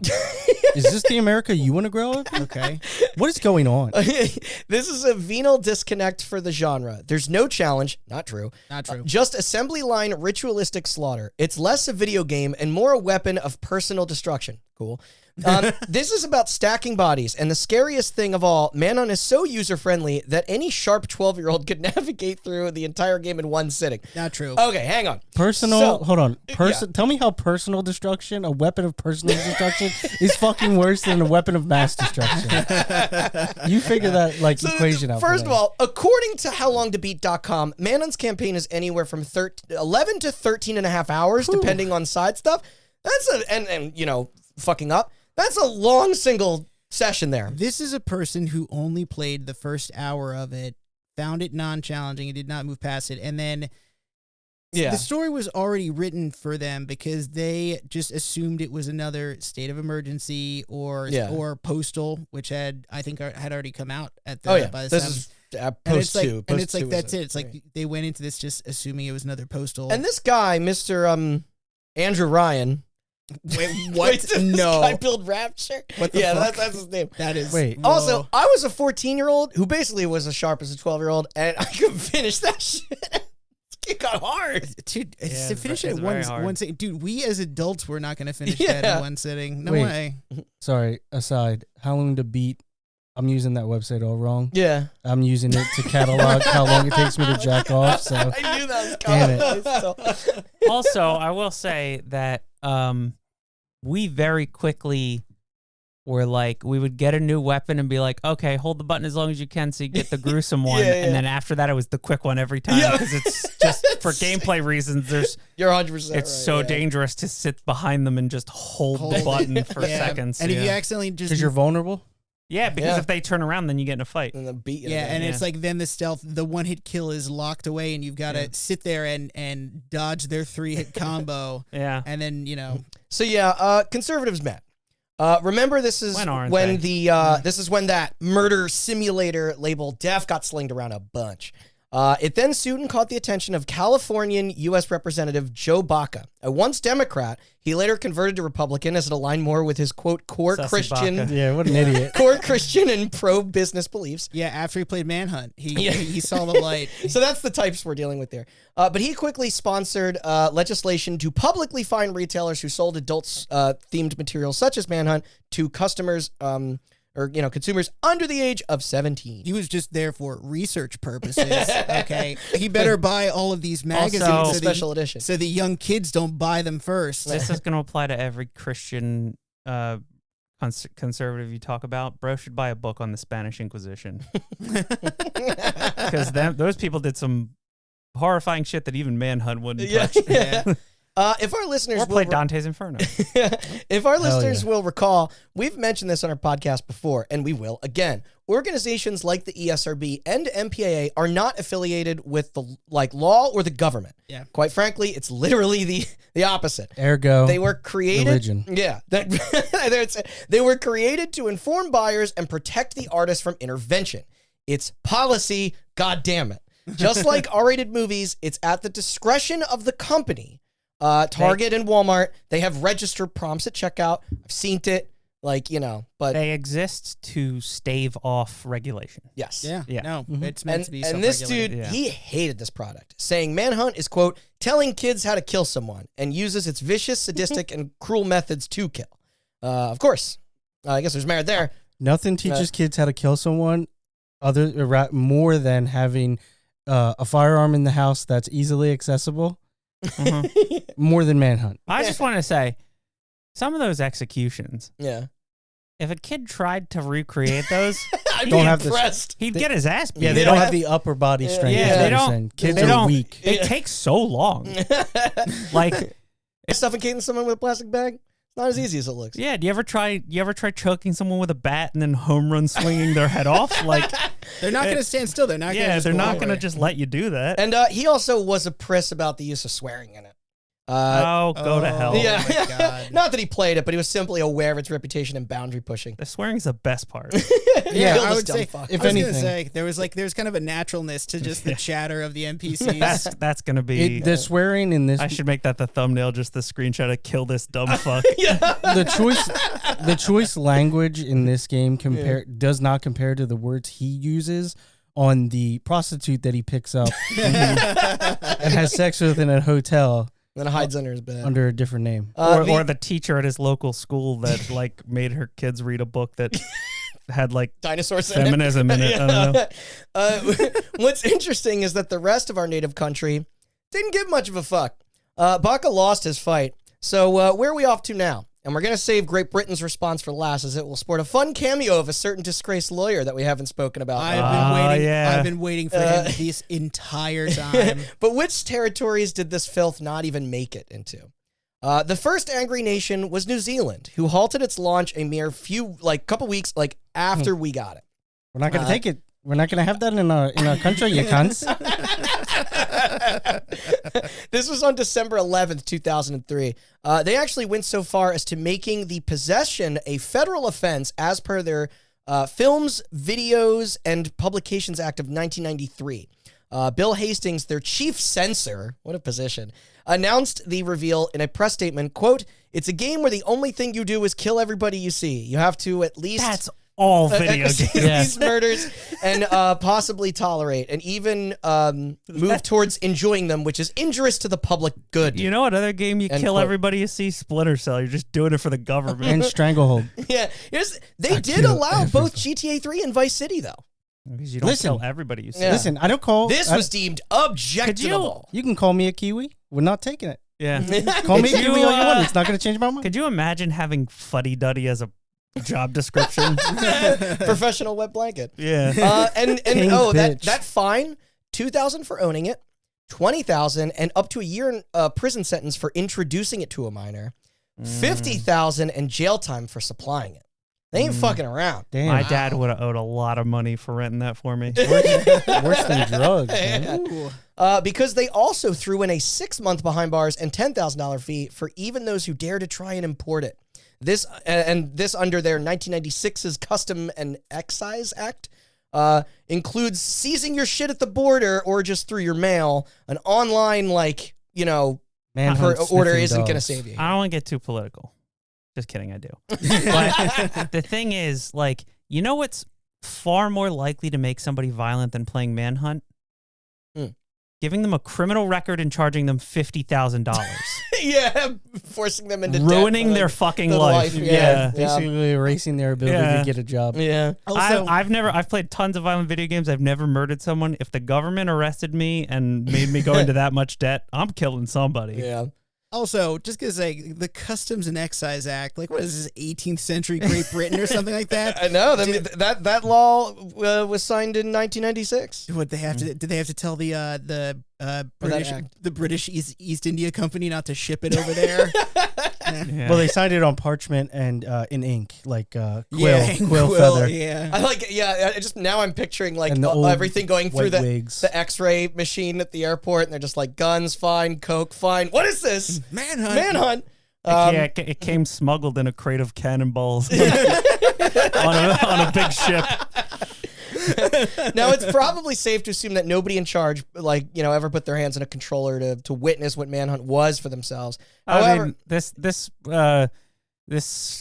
reeks of the Fox News clip with Jeff Keighley. Where he's talking about Mass Effect, and they're like, this game you just turn it on and just have sex with people. And Jeff Keighley's like, it's 3 minutes in a 60-hour game. What are you talking about? I remember that story being called Sex Box. Yeah. That is brilliant. I'll give Fox News that. Unlike other violent media, Manhunt was very difficult to prove its worth. Because it's a complicated discussion. It's extremely easy to dismiss any commentary or satire on what the designed intent was. That and the tone was a tough pill, for many to swallow. This wasn't No Stubbs the Zombie in that department. Although, what is hilarious is that their office did change their tune 19 years later in January of 2023, thus lifting the ban and reclassifying the game under the R18 banner, the highest rating offered. So Manhunt... Why'd they revisit it? Compliant with... So you can now buy Manhunt on the Xbox store in New Zealand? Yes. Oh, wow. That's probably why. You can get it 12 hours before launch. Canada was next. This only 10 days following New Zealand's original ruling. A decision led by Hastings when he flew to a meeting in Toronto to talk with the Ontario Ministry of Consumer Business Services. The board listened, and as a result, by February 2004, Manhunt became their first video game in the region to be categorized as an adult film in an effort to restrict sales to those under the age of 18. Oh, yeah. So you just kill people. It's just all about killing people. They met him halfway, I suppose. They didn't ban it. It's just a porno. Sick. Also, okay, listen. If you buy that as a porno, then they should take it away from you. That's a problem. A lot of really upset single guys getting their copy of Manhunt. These folks should be so proud of just the amount of taxpayer dollars they wasted on these people having to just sit in a room and lose their minds over this shit. Mm-hmm. Also, despite the rest of the provinces didn't have an issue, including in British Columbia, where Post and Internal Review felt the M stamp from the SRB was fine. Essentially, they each procured their own copy to reach their own assessment. Wait, what province? British Columbia. Yeah. No, the other one. Oh, Ontario. Yeah, Ontario was the one. Yeah. That put restrictions on it. Yeah. Oh, they're a bunch of fuddy-duddies over there. So these documents are out there on archive.org. It's a lot of Ontario is also the worst. Yeah. Province. Quebec and British Columbia are better. Yeah. It's a lot of what we covered previously. They described the suffocations and bludgeonings and stabbings, but named Soldier of Fortune's dismemberment system as being worse, and that passed certificate there. I did laugh at the unrivaled accuracy of this quote. Okay. Manhunt lacks the sustained realism found in Soldier of Fortune. Even its most graphic content tends to be portrayed in brief. The execution scenes are usually no longer than 2 to 3 seconds and are often obscured by shadows and rapid camera switching. In many scenes, the weapon and point of impact are not clearly visible to the viewer and cannot be categorized as explicit. The available animation portraying body and tissue damage is limited and does not approach the level of sophistication required for a realistic depiction. I can't believe it. Someone there actually played the fucking game. Somebody actually, wow. Just incredible. Go Canada. Also, I've been wanting to bring this up, but since you mentioned Soldier of Fortune. Yeah. We did an episode on Rogue Warrior. Engine. We did an episode on Rogue Warrior, which started life as a Soldier of Fortune game. Yeah. Is that worse? There's a specific reason, and I'm actually going to get to that in a moment. Well, no, I'm just saying, Rogue Warrior was way later than Manhunt. So here's the thing: years. The doc, because a lot of offices have problems with this. The doc goes on to explain how inflicting post-mortem damage isn't possible in Manhunt. That's a big one. So, you can't desecrate the body. You can't desecrate the body. In Soldier of Fortune, you can just keep basically, shooting it. hoping, just reduce someone to nothing, to just chunks. I'm just saying, like, the executions in Rogue Warrior are a little bit tamer, but also Mickey Rourke just throwing slurs. Yeah, I was going to say. Just calling people F words and R words, like, too bad like it's nothing. Too bad I shut your jaw off. Now you can't suck my fat dick. I swear. Karl Marx can suck my fucking dick. My sweaty balls. Yeah, it's the most homoerotic. It really is. Goddamn commies! I just want to stroke their shaft and cradle their balls. God, if you haven't listened to that episode, I'm so proud of that one. Go listen to it. It's so funny. I'm so disappointed. I think I was on. You missed it. I was on a business trip. I think your brother was on it, and my God, I listened to that episode. I just remember. Not to get too off topic, but I just remember me, Randy, and Chris, when we lived together, sat down to play it, and you went out, and then you came home right at the end. The credits! For the song and the credits. The rap song. Oh, my God. So they also say here that the violence was consistent with the 18A theatrical releases of Cabin Fever, Freddy vs. Jason, and the 2003 Texas Chainsaw Massacre. And dude, Cabin Fever is the most gnarly of all these. They reference their Motion Picture Act, stating that while the product does technically fall outside of the Film Classification Office, any concerned or curious consumers, parent sellers, are instructed to follow the Electronic Software's ratings board's classifications and descriptions. They handle all the North Americas, not just Freedom Land, which is why half our game boxes are in French. Anyway, so crossing overseas, by that April, Rockstar's Black Sheep was out and about in Europe. Nothing in any Asian areas. That was never planned, supposedly. And I get that. I don't think they would find this appealing. Yeah. But unsurprisingly, it took Germany just 3 months to turn into the, Germany? Tightwads? Yeah, that they are with this kind of stuff. Yeah. Kind of understandable. With the Amtsgericht Court in Munich declaring that July that any available discs were to be promptly confiscated, and those caught with it would violate their penal code and get faced with a fine, along with their shit tape. I mean, they got some history that they don't want repeated. Yeah. They didn't actually they didn't change everybody into robots or zombies or whatever. For I may be remembering this incorrectly, but this sounds kind of like a book burning. According to their jurisdiction, it portrays the killing of humans as fun. Definitely not an element of other games. It's the modern burning of the Library of Alexandria. And it glorifies vigilantism. First does it? I don't know. Every version got indexed, and it still remains on the naughty list as of this writing. He was somebody on death row. He was being put he's up a to serial this. killer, right? Isn't that the story? I think so. Yeah. He's a serial killer on death row, and then they faked his execution and then used him to make snuff films. Correct. Yeah. And / also kind of clean up the crime in the city. Yeah. I think that's where the government, parts of the story get involved. I wouldn't call it vigilantism when your options are we will actually kill you or you kill them. Yeah. If anything, he's really relieving the overburdened prison system of all the extra mouths in Criminal Town. Moving over to Australia, whose classification board initially granted the title a spot in the MA15 range, instead then upon a second look by cross-state body, the Office of Film and Literature, that September, reversed that decision, revoking its certificate. This from an appeal filed with their Attorney General, Philip Ruddock, upon a complaint by Justice Minister Michelle Roberts. And let me tell you, this didn't instill confidence in their regulation system, as many thought that their tardy about-face move with Manhunt was unprofessional, like highly unprofessional, and undermines their branding.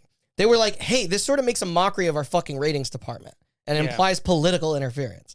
A country imply. A country founded by criminals.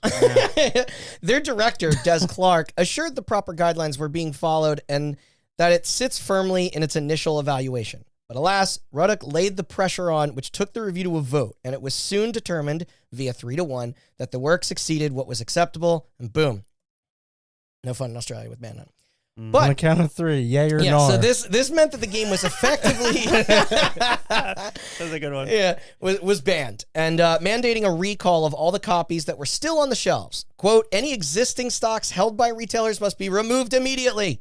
This choice made only weeks post the refusal of Leisure Suit Larry magna cum laude.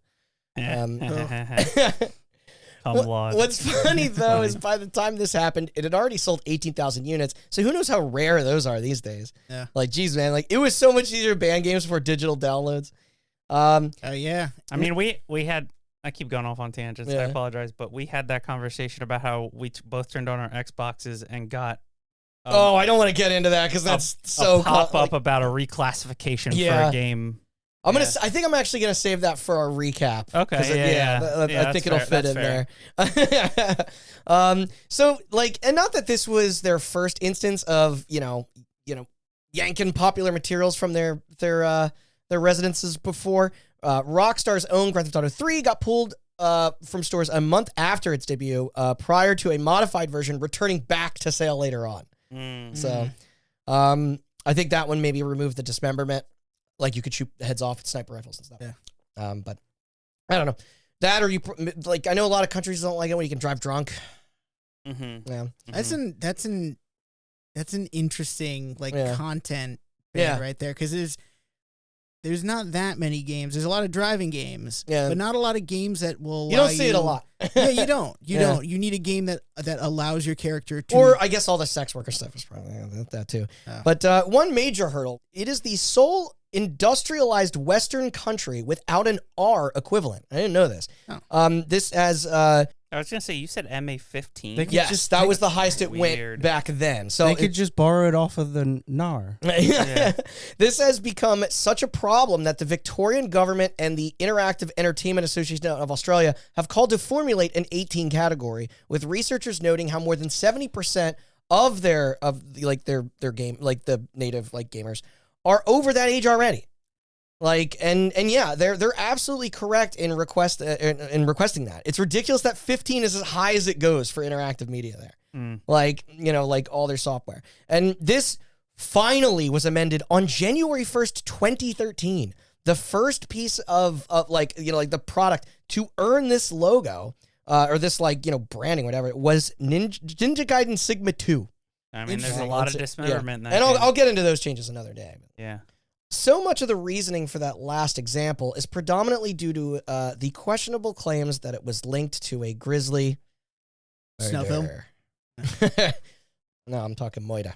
That occurred on February 26th, 2004 in Leicestershire. It's Leicestershire, England. Right after the German ban. It's a recurring theme. I think it's like every time there's like a British town name, we've got to spell it out. It's the same. It's the same thing as Worcestershire. Yeah, because Worcestershire is spelled Worcestershire, but Or if you're from Massachusetts, Worcester. Or wash your sister sauce, as that weird guy on TikTok calls it. All right, everybody, get ready because we're about to get our hands dirty here. So, this murder. This of 14-year-old Stefan Pakira by his 17-year-old friend, Warren LeBlanc. I got this info from the BBC. Allegedly, LeBlanc lured... always the French. Yeah, Stefan to a nearby park under the lie of meeting two girls. Not sure the pretense there. I would have gone too. And proceeded to beat and stab Stefan repeatedly with a knife and claw hammer until dead. Within minutes, the deranged teenager, covered in blood, turned himself in and pleaded guilty to the heinous crime. These were the words he gave to the officers that interrogated him. Quote, "I didn't intend to kill him at first, but when I saw the blood, I just let go and hit him more times." But did he blame the game, or did investigators do? You'll see. Okay. Yeah. The court session that ensued. I don't think he's a very good friend. No. I'm just gonna say that. The court session that ensued that July was a pretty miserable one. Stefan's mother, Giselle, was understandably broken. She called her son's killer, quote, inherently evil before leaving the room when evidence in the case became too harrowing to endure. The boy was told to have been struck so hard that he had suffered deep cuts to the neck and head, causing his skull to fracture. This along with severe stab wounds to his chest that pierced his liver and kidneys. 50 distinct injuries in total. Oh. Prior to this exit, though, this is where our subject at hand returns, as she named the game as how LeBlanc mimicked actions performed by anti-hero James Earl Cash, and also that she heard from his friends that Warren was, quote, obsessed with it, while further referring to taglines on Rockstar's promo site for the release, in which it slyly remarks that it isn't a video game, but, quote, a psychological experience. And I'd say that's average PR for this type of stuff. Anyway, she continued to berate the title. Quote, I can't believe that this sort of material is allowed in a society where anarchy is not that far removed. What? Okay. What? I mean, what? Sex Pistols, guys. Think about it. This sentiment was backed up by Stefan's father, Patrick. Quote, there is some connection between the game and what he has done, he said. As for that accusation... I just want to say, that is like one of the most... It sounds like he's trying to cover his own ass. Like, it sounds so wishy-washy. It's like there is some connection, but it's like, I think deep down he knew. He's like, this is bullshit. Okay, it's not... This is going to go places. As for that accusation... Early reporting confidently asserted that police had discovered a copy of Manhunt in the killer's bedroom. Soon after, the victim's parents were roped into a smear campaign, exclaiming the game influenced LeBlanc into committing the atrocity that he did. That's why it was an exhibit in the hearing. Again, that answered my question. It's like, did the guy claim it, or were they looking for, because it was such a tragedy, everybody's looking for answers, and then someone sees Manhunt. It's like, it's the same old story. It's like, this must have been it. It's like, no, it just happened to be in his possession. It's like, oh, he was obsessed with it, maybe because he had violent tendencies. Psychopathy. Yeah. The UK's Entertainment and Leisure Software Publishers Association, or their ESA basically, gave their sympathies to the family, but rejected the notion that there was any correlation between the product and the act itself. Plus, they noted that it was rated 18 by their BBFC's ratings panel, another film board over their PEGI branch. It's weird. And was not intended for minors. Duh. They even got punishments via the Video Recordings Act of 1984 for selling it to them. This in the UK. Regardless, there were vendors that removed the game, such as their PC World, Curry's, Virgin Mega, and Game and Dixon stores, in an attempt to avoid further blame. What a silly country. Virgin Mega. A spokeswoman for Dixon's, the largest big box retailer in England, explained that it was being withdrawn from their locations immediately and would not come back. Although they didn't wish to ring for any kind of censorship either, like, issuing an altered version. Mm-hmm. Segments in the controversy then began to appear in the national news. This led to Rockstar needing to make a statement, providing condolences to the Picuras, however, denying, its role in the killing, as there was no real proof of the bedroom story. They also commented on the Dixon's fiasco, and that they abide and respect their decision, albeit even if a little surprised. The upcoming launch of Doom 3 was given a pass, different settings, but still. As expected, the mainstream media didn't know jack dick about what they were telling people. Take this quote from Reuters. It awards extra points to players for carrying out murders in particularly extreme and bloody way. The victims plead to be spared on behalf of their lives and children. Now, that last part is true and fucked up. But in reality, there aren't any points. This is the fucking 80s. Is this a point system? Yeah. Plus, the reward for gruesomely murdering people, as Matt said earlier, is that you don't have to get into a janky fist fight. Yeah. That's about it. And you're executing assassins, technically in self-defense, just with whatever items are found around you. Yeah, you're being attacked. Yeah. Rewards are given by your kidnapping madman snuff filmmaker for the brutality that you offer. Though that's it. It's not exactly glamorous. Right. It's also, I would argue, it's like you're kind of being extorted to do this. Yeah. It's like what you get for doing this is essentially your freedom. So it's like, there's that other element of just like, you're really not doing it by choice. The former BBC did at least speak with the developers, industry trade groups, and a child psychologist, Professor Mark Griffiths of Nottingham Trent University, who of course renounced that there was any credible research linking violent games to alterations in adolescent behavior. Other erroneous claims only reignited the conversation surrounding it, and the outcome of what happens next is just cruel irony. In predictable fashion, the speculation of a potential upcoming ban just significantly increased demand with both physical and online markets. Many places even selling out of the title entirely. This did sadly disappoint Stefan's mother, who repeated the cliche, "They say no publicity is bad publicity." But yeah, I'm not sure what they expected. Interest in Manhunt worldwide was now at an all-time high, shooting up the UK charts with 200,000 additional SKUs moved. Far past what it was making a year ago. Yeah. A rep from HMV stated, people who had never even heard of it now want to buy it. Give it to their kids to teach them how to kill somebody. Yeah. 2 days later, on the 30th, in steps everybody's favorite disbarred lawyer, Mr. Jack Thompson. I've been waiting for this. Spotting an opportunity to continue his crusade on the award-winning GTA developers and just games in general. Like, he was a total ambulance chaser. The infamous advocate said that he warned the publisher that this could inspire copycat killings, but they didn't listen. For shame. By the morning of August 2nd, we were told that the Pakiras had hired Thompson to represent them in a $50 million wrongful death suit against Rockstar Games and Sony Computer Entertainment. Microsoft somehow managed to get off scot-free here because in the report, it was the PS2 version. That, and he was juggling a separate case in the U.S. related to Vice City. I believe this is the one portrayed in the Game Changers movie. Yeah. So he was kind of bouncing back and forth, which is something I want us to cover in the future. He's played by Bill Paxton in it. It's great. That awesome. movie. Yeah. That's you could do an entire episode on just the career of this guy. And it's like, I just want to say that movie, again, they needed to portray him somewhat sympathetically. In reality, Jack Thompson was frothing mad. He's a monster. He was. I wouldn't even call him a monster. He was just kind of. He was bonkers. He was cuckoo banana crazy, and it was just like, there's a reason he got this part. It's like, dude, he was not a martyr. He was he was just bonkers. He was crazy. Yeah.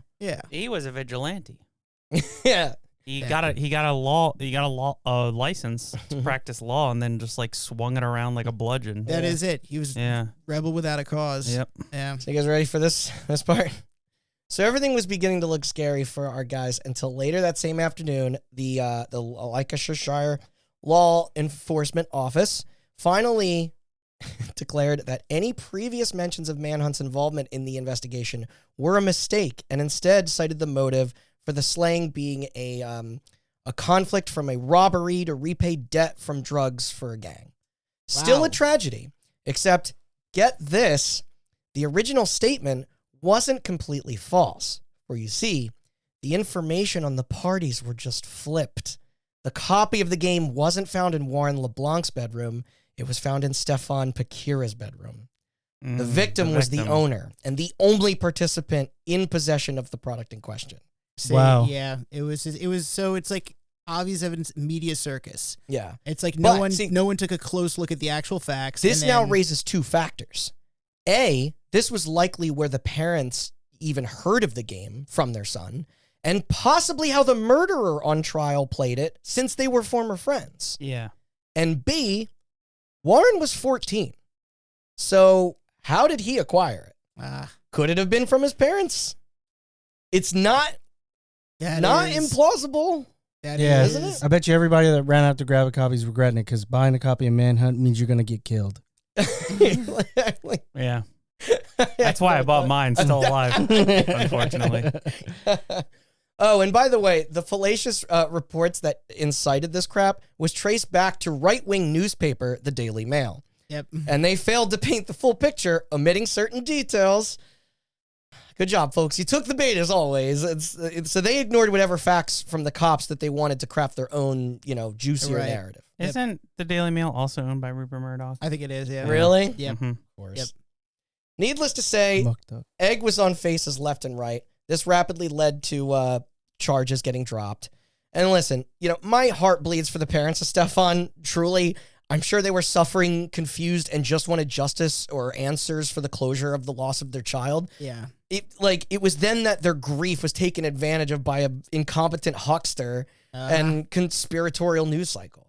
It's like... It was the, it's like, it is a tragedy. This happens over and over, where it's like your 15 minutes of fame, essentially fame or infamy, it's like it gets exploited by people with political agendas, and it's like at the end of the day, it's like it just leaves you feeling more empty than before before it all happened. It's sad for everyone involved. Grief is a powerful tool. It certainly is. Yeah. Yeah. And I think, I don't know if you're getting to this, but what happened to the murderer? So once sufficient evidence failed to show, the preceding judge, Michael Stokes, played sole culpability on Warren as a sane adult for the murder and was sentenced him to life. Okay. With a minimum of 13 years served, I guess, prior to a parole hearing, maybe, I guess. I have no idea. He proclaimed, quote, "One thing is clear. You and you alone are responsible for this prolonged, vicious, and murderous attack on someone you thought of as a friend." Agreed. Yeah, good. Fuck him. Yeah, fuck him. Yeah. Not that facts were able to slow down the defeated Pakira family, as their plights were renewed in 2007 following the announcement of the non-canon sequel, Manhunt 2. Now with more waggle. So they again disparaged the game and, condemning its content and just not letting go of the ties or parallels that were refuted 3 years before. Right.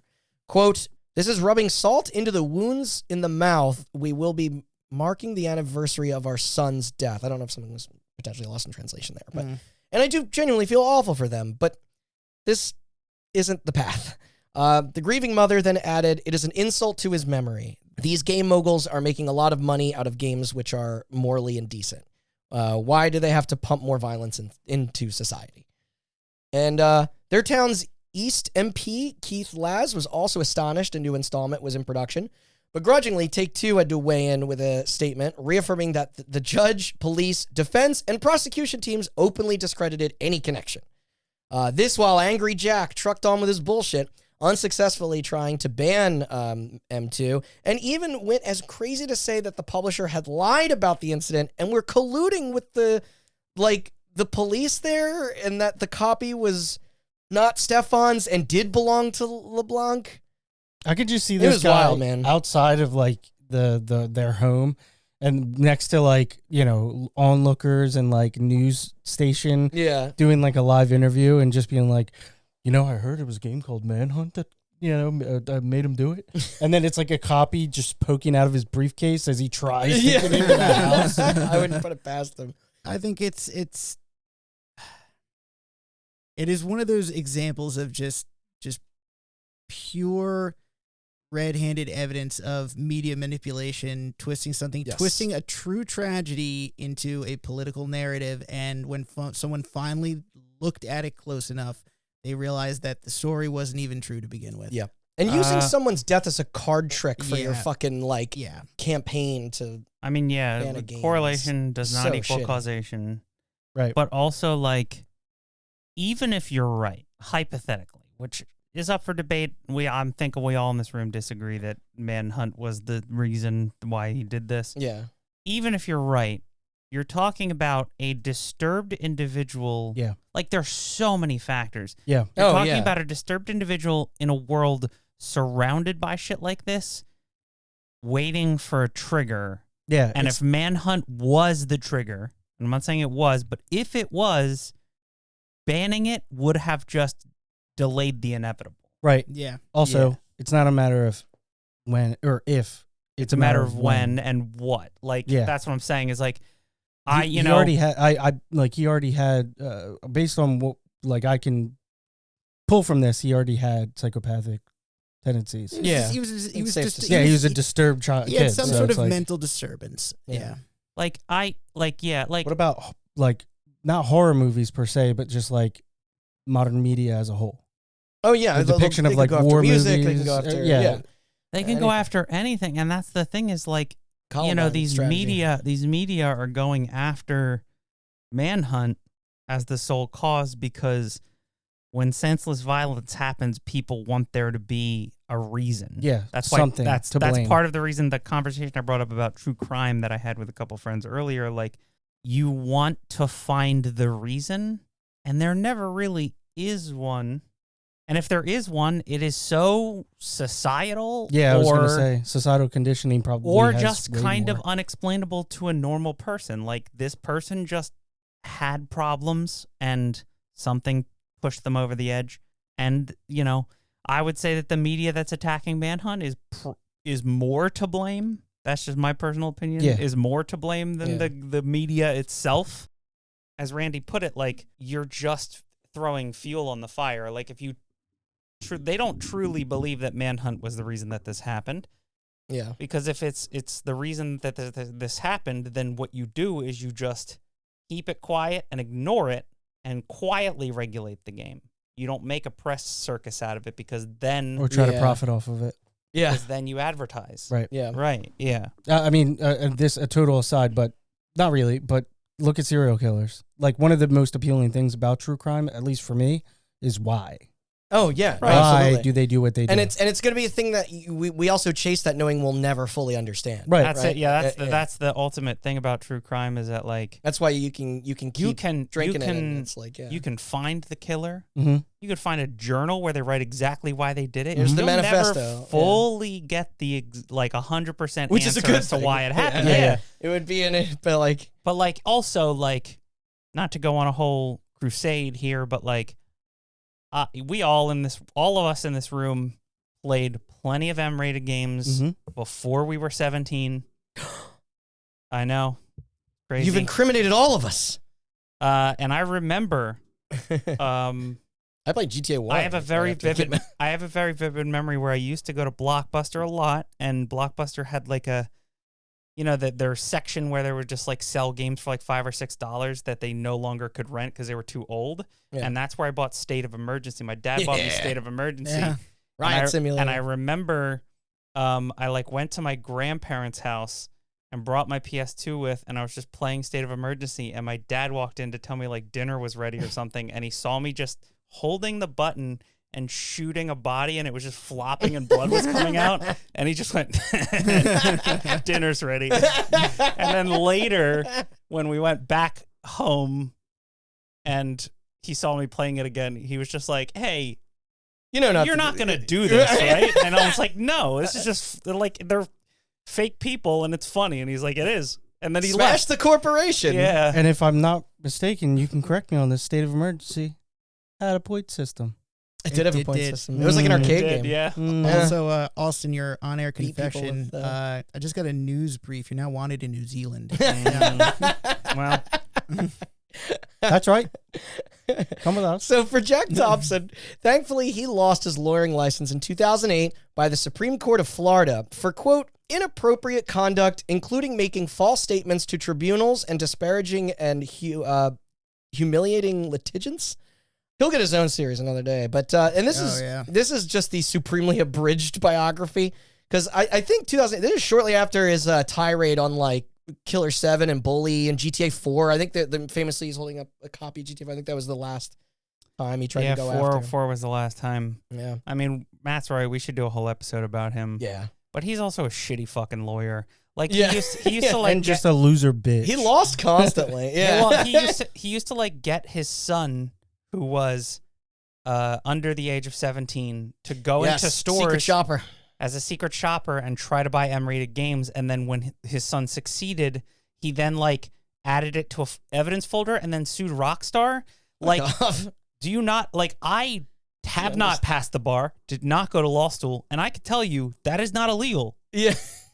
Well, they're not. The worst you can do is contact Best Buy or GameStop corporate and get that employee who sold it to him fired. Yeah. They're not responsible. Which is such a shitty way to take that out anyway. Once Rockstar prints the game and sends it to Take-Two, and Take-Two... It's out of their control. Or they finish the game, they send it to Take-Two, Take-Two prints it, they send it to the retailer, it's out of their control, and the retailer is the one responsible for store policy to not sell M-rated games to a minor. Mm-hmm. Technically, if you were to go to like a it's mom... the same when me and Matt worked at the movie theater. Yeah, if you were to go to a mom and pop shop and buy a copy of Grand Theft Auto as a 14-year-old, nothing wrong is happening there, because that mom and pop shop gets to determine their own rules as to how to handle the ESRB ratings. So and as commentary on that, it's like, I think it probably does deserve its own episode. It's like, I need to emphasize that episode will be a comedy episode. It's like I remember he's a character. He is, and because he's an idiot. And it's like, I remember there was a time when this was all happening, and he was regularly engaged. He was like a gamer's nemesis number one. And it's like when we were growing up. Yeah, you look back along with like Hillary Clinton and Lieberman. And it was just like yes, he was like a public enemy. Of just the game world, gaming industry, and it's like, the reality is, if we look closely enough, he was an idiot. There was no way he was going to ever win any of those lawsuits, and he was just, the things he did was just like, it's like, I miss him. This episode's getting long, but tune in for a future episode on Jack Thompson where I will go on a half-an-hour rant about Grand Theft Auto and its place in pop culture. And but no, I'll be right there with you. So that's kind of it for our playable piece of digital snuff. Seeing that we have already tackled the sequel here and there during our dive into Hatred and its resulting Twitch ban, as well as our exploration on the 18 plus adults only titles through the SRB, I figured we'd just stick with the OG for today. As time has gone on, Manhunt 1 would garner a bit of a cult following among enthusiasts. It landed itself in the 2010 book by Tony Mott's collection of the 1001 video games you must play before you die. I bought me that book. Yeah. I love that book. I think I still have a copy somewhere as well. Yeah. That book's They great. update it occasionally, but I think they keep updating it. Yeah. Then a year after, in a Halloween-themed piece from Stan Rezai on VentureBeat, they'd recognize it as being true gaming horror. Vice later commended it in a 2016 article. That same year, Game Informer's Javi Dwalny then, in his retrospective, called it a, quote, dark, underappreciated masterpiece. Even in 2019, IGN listed it at 85 on their top 100 PS2 games. If you are yearning to experience Manhunt for yourself, then purchasing a copy for those old consoles isn't too tall of an order. They tend to float around the $35 to $50 mark for complete I box. bought it for way less than that. Yeah. That's actually more than I would have expected for like a PS2 era game. Yeah. Wow. I think that was like 15. Yeah. Mhm. And on When I bought PSN and XBLA, it's It's $15. it's cheaper. Yeah. And like to repeat earlier, like that playing on the Series X was great. Like that's If this has piqued your interest and you have access to an Xbox, that's the way check to it go. out. Yeah. It's no support for that headset feature though. No, That's the only thing. that's a bummer. That's But reserved for Lifeline. Oh my god, that game. However, and this is a PSA to you fine people out there, I would strongly advise against the still as of October 2024 busted ass Steam version. I even noticed this on a Giant Bomb clip from over a fucking decade ago. So in an effort to combat piracy, the retail version for Windows contained two separate layers of DRM protections, one of which, the Securom system, incorporates several game-breaking mechanics that activate when your hardware doesn't detect it running. Gates and doors won't open, the program could suddenly crash. Apparently when Rockstar uploaded their file to Steam, it was repackaged with an existing crack by Razer. Once this was uncovered in 2010, they hastily released a new build with only Securom removed. Therefore, the proprietary measures weren't addressed, thus leading to those aforementioned issues. Compatibility with modern OSs then became impossible without the right mods to fix it. In an effort to bypass these methods of halting your progress, you'll need to download a handful of community custom patches, and even those aren't foolproof. So what they are still officially selling does not work. They've never properly removed the outdated digital rights management despite endless reviews calling it out. it works if you have a Windows XP computer. Yeah, I guess you're right. Technically, there's still a reason to sell it, even though Windows XP is long out of support. I've honestly found this with many Steam releases from the 6th and 7th generations. Yeah, it's cool to have these titles, but what good does it do when you can barely boot them? It's fucking frustrating, man. And I remember buying Condemned on a sale recently, and that came with like memory leaks. Same with the first Fear that our friend Conray's playing right now. It's like it's one thing not to add like widescreen or controller support or subtitles to these like retro-ish games, though when they can't run anything past Windows XP, then maybe notate that on your fucking storefront. That's very interesting. Shit, it really annoys me. 5 months ago, I tried playing Fear, and it was a fucking shit show. Conrad had to do a lot of work to get that rolling. It's a shame because that's annoying. Yeah. But in conclusion, Manhunt is a fascinating, messed up game with a pedigree. It has faults, but it didn't play a part in killing anyone. That chapter aside, it is interesting to study and analyze, from its inspirations to its execution, and from its mechanics to its themes and creative choices, and ultimately its purpose. Is it art? Does it leave a lasting impression? And will Take-Two ever bring it back? I think I want to see a modern day Manhunt. As Austin said, like what the fuck would that even look like? Especially with this level of graphical fidelity. Is that possible to do without it making it completely unpalatable? It's been a while since that limit was pushed again. But I'd want it done earnestly, not with the tackiness of Hatred. And oh man, they could incorporate I think I said this earlier, but like dark web shit into it, since VHSs aren't a thing anymore. Yeah. But come on, Rockstar, you'll have plenty of money after GTA, like Grand Theft Auto 6, and like. I mean, I think the real reason try those risks again. I think the real reason Manhunt is dead is because it is not going to make the money back it would cost to develop. Yeah. And before I shout out sources and Austin does plugs, I want to ask you both, Matt and Sean, what I already brought up to him the other night. Of the forgotten Rockstar franchises, so that excludes your GTAs and Red Dead, obviously. What is the highest possibility of ever returning? There's Bully, your Manhunt and Smuggler's Runs, as we said. Max Payne a Max Payne that isn't a remake. LA Noire. I would say okay. Table tennis. Because I'd be happy with all of them. It would be so silly if they were just suddenly out of the blue, a time for a fresh installment of State of Emergency is now. I think Bully is the most. That's definitely the most palatable. Yeah, I feel like Bully would be the most likely. Not that it's guaranteed. Matt just played through it recently. It really holds up. That's a cool fucking game. A few weeks ago. Yeah. There's nothing else quite like it. And in a new edition of this, you could post pictures of them on the internet of them in their underwear or wearing a tutu. God. Really up the ante. Most likely. Not just sticking gum in their hair. Most likely, Max. Cyberbully. Yeah, I guess that's the longest surviving. I assume that's what that upcoming remake of 1 and 2 are going to test the waters for, probably. Plus, also, it's they made Max Payne. Dying has never stopped new Max Payne from coming out before. So they made Max Payne 3 without Remedy, but now Remedy is so much more popular now. That's true. Aren't they retconning? If they were to, I was gonna say if they were to remake 1 and 2 and then be here's the actual Max Payne 3 made by Remedy, published by Rockstar. People would lose their shit. I gotta be honest with you. You know what? I was gonna say LA Noire just because. No. No. Namco Bandai. That was just so expensive.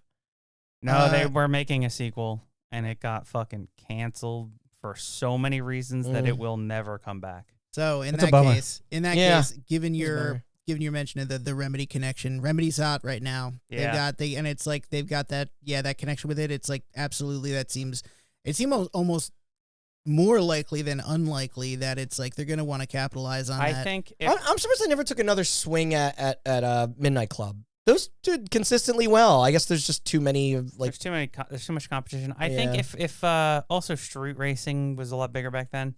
I think if we get a Rockstar revival, the reason I say Max Payne, I think if we get a Rockstar revival, make Red Dead Revolver 2. If we get a Rockstar revival, it will not be made by Rockstar. Yeah, they were just published. Have too much fucking. Yeah, they have too much on their plate with. When you first asked me that, I was their rotation, the development time Naughty Dog on their rotation is too long. Yeah. Who knows if we'll live to see GTA 7? And it's too much of a risk. Yeah. I do want to close out with just some remarks. I disagree with the assessment, the kind of the post-mortem assessment of Manhunt as either a work of art or kind of an underrated masterpiece. I fall somewhere in the middle.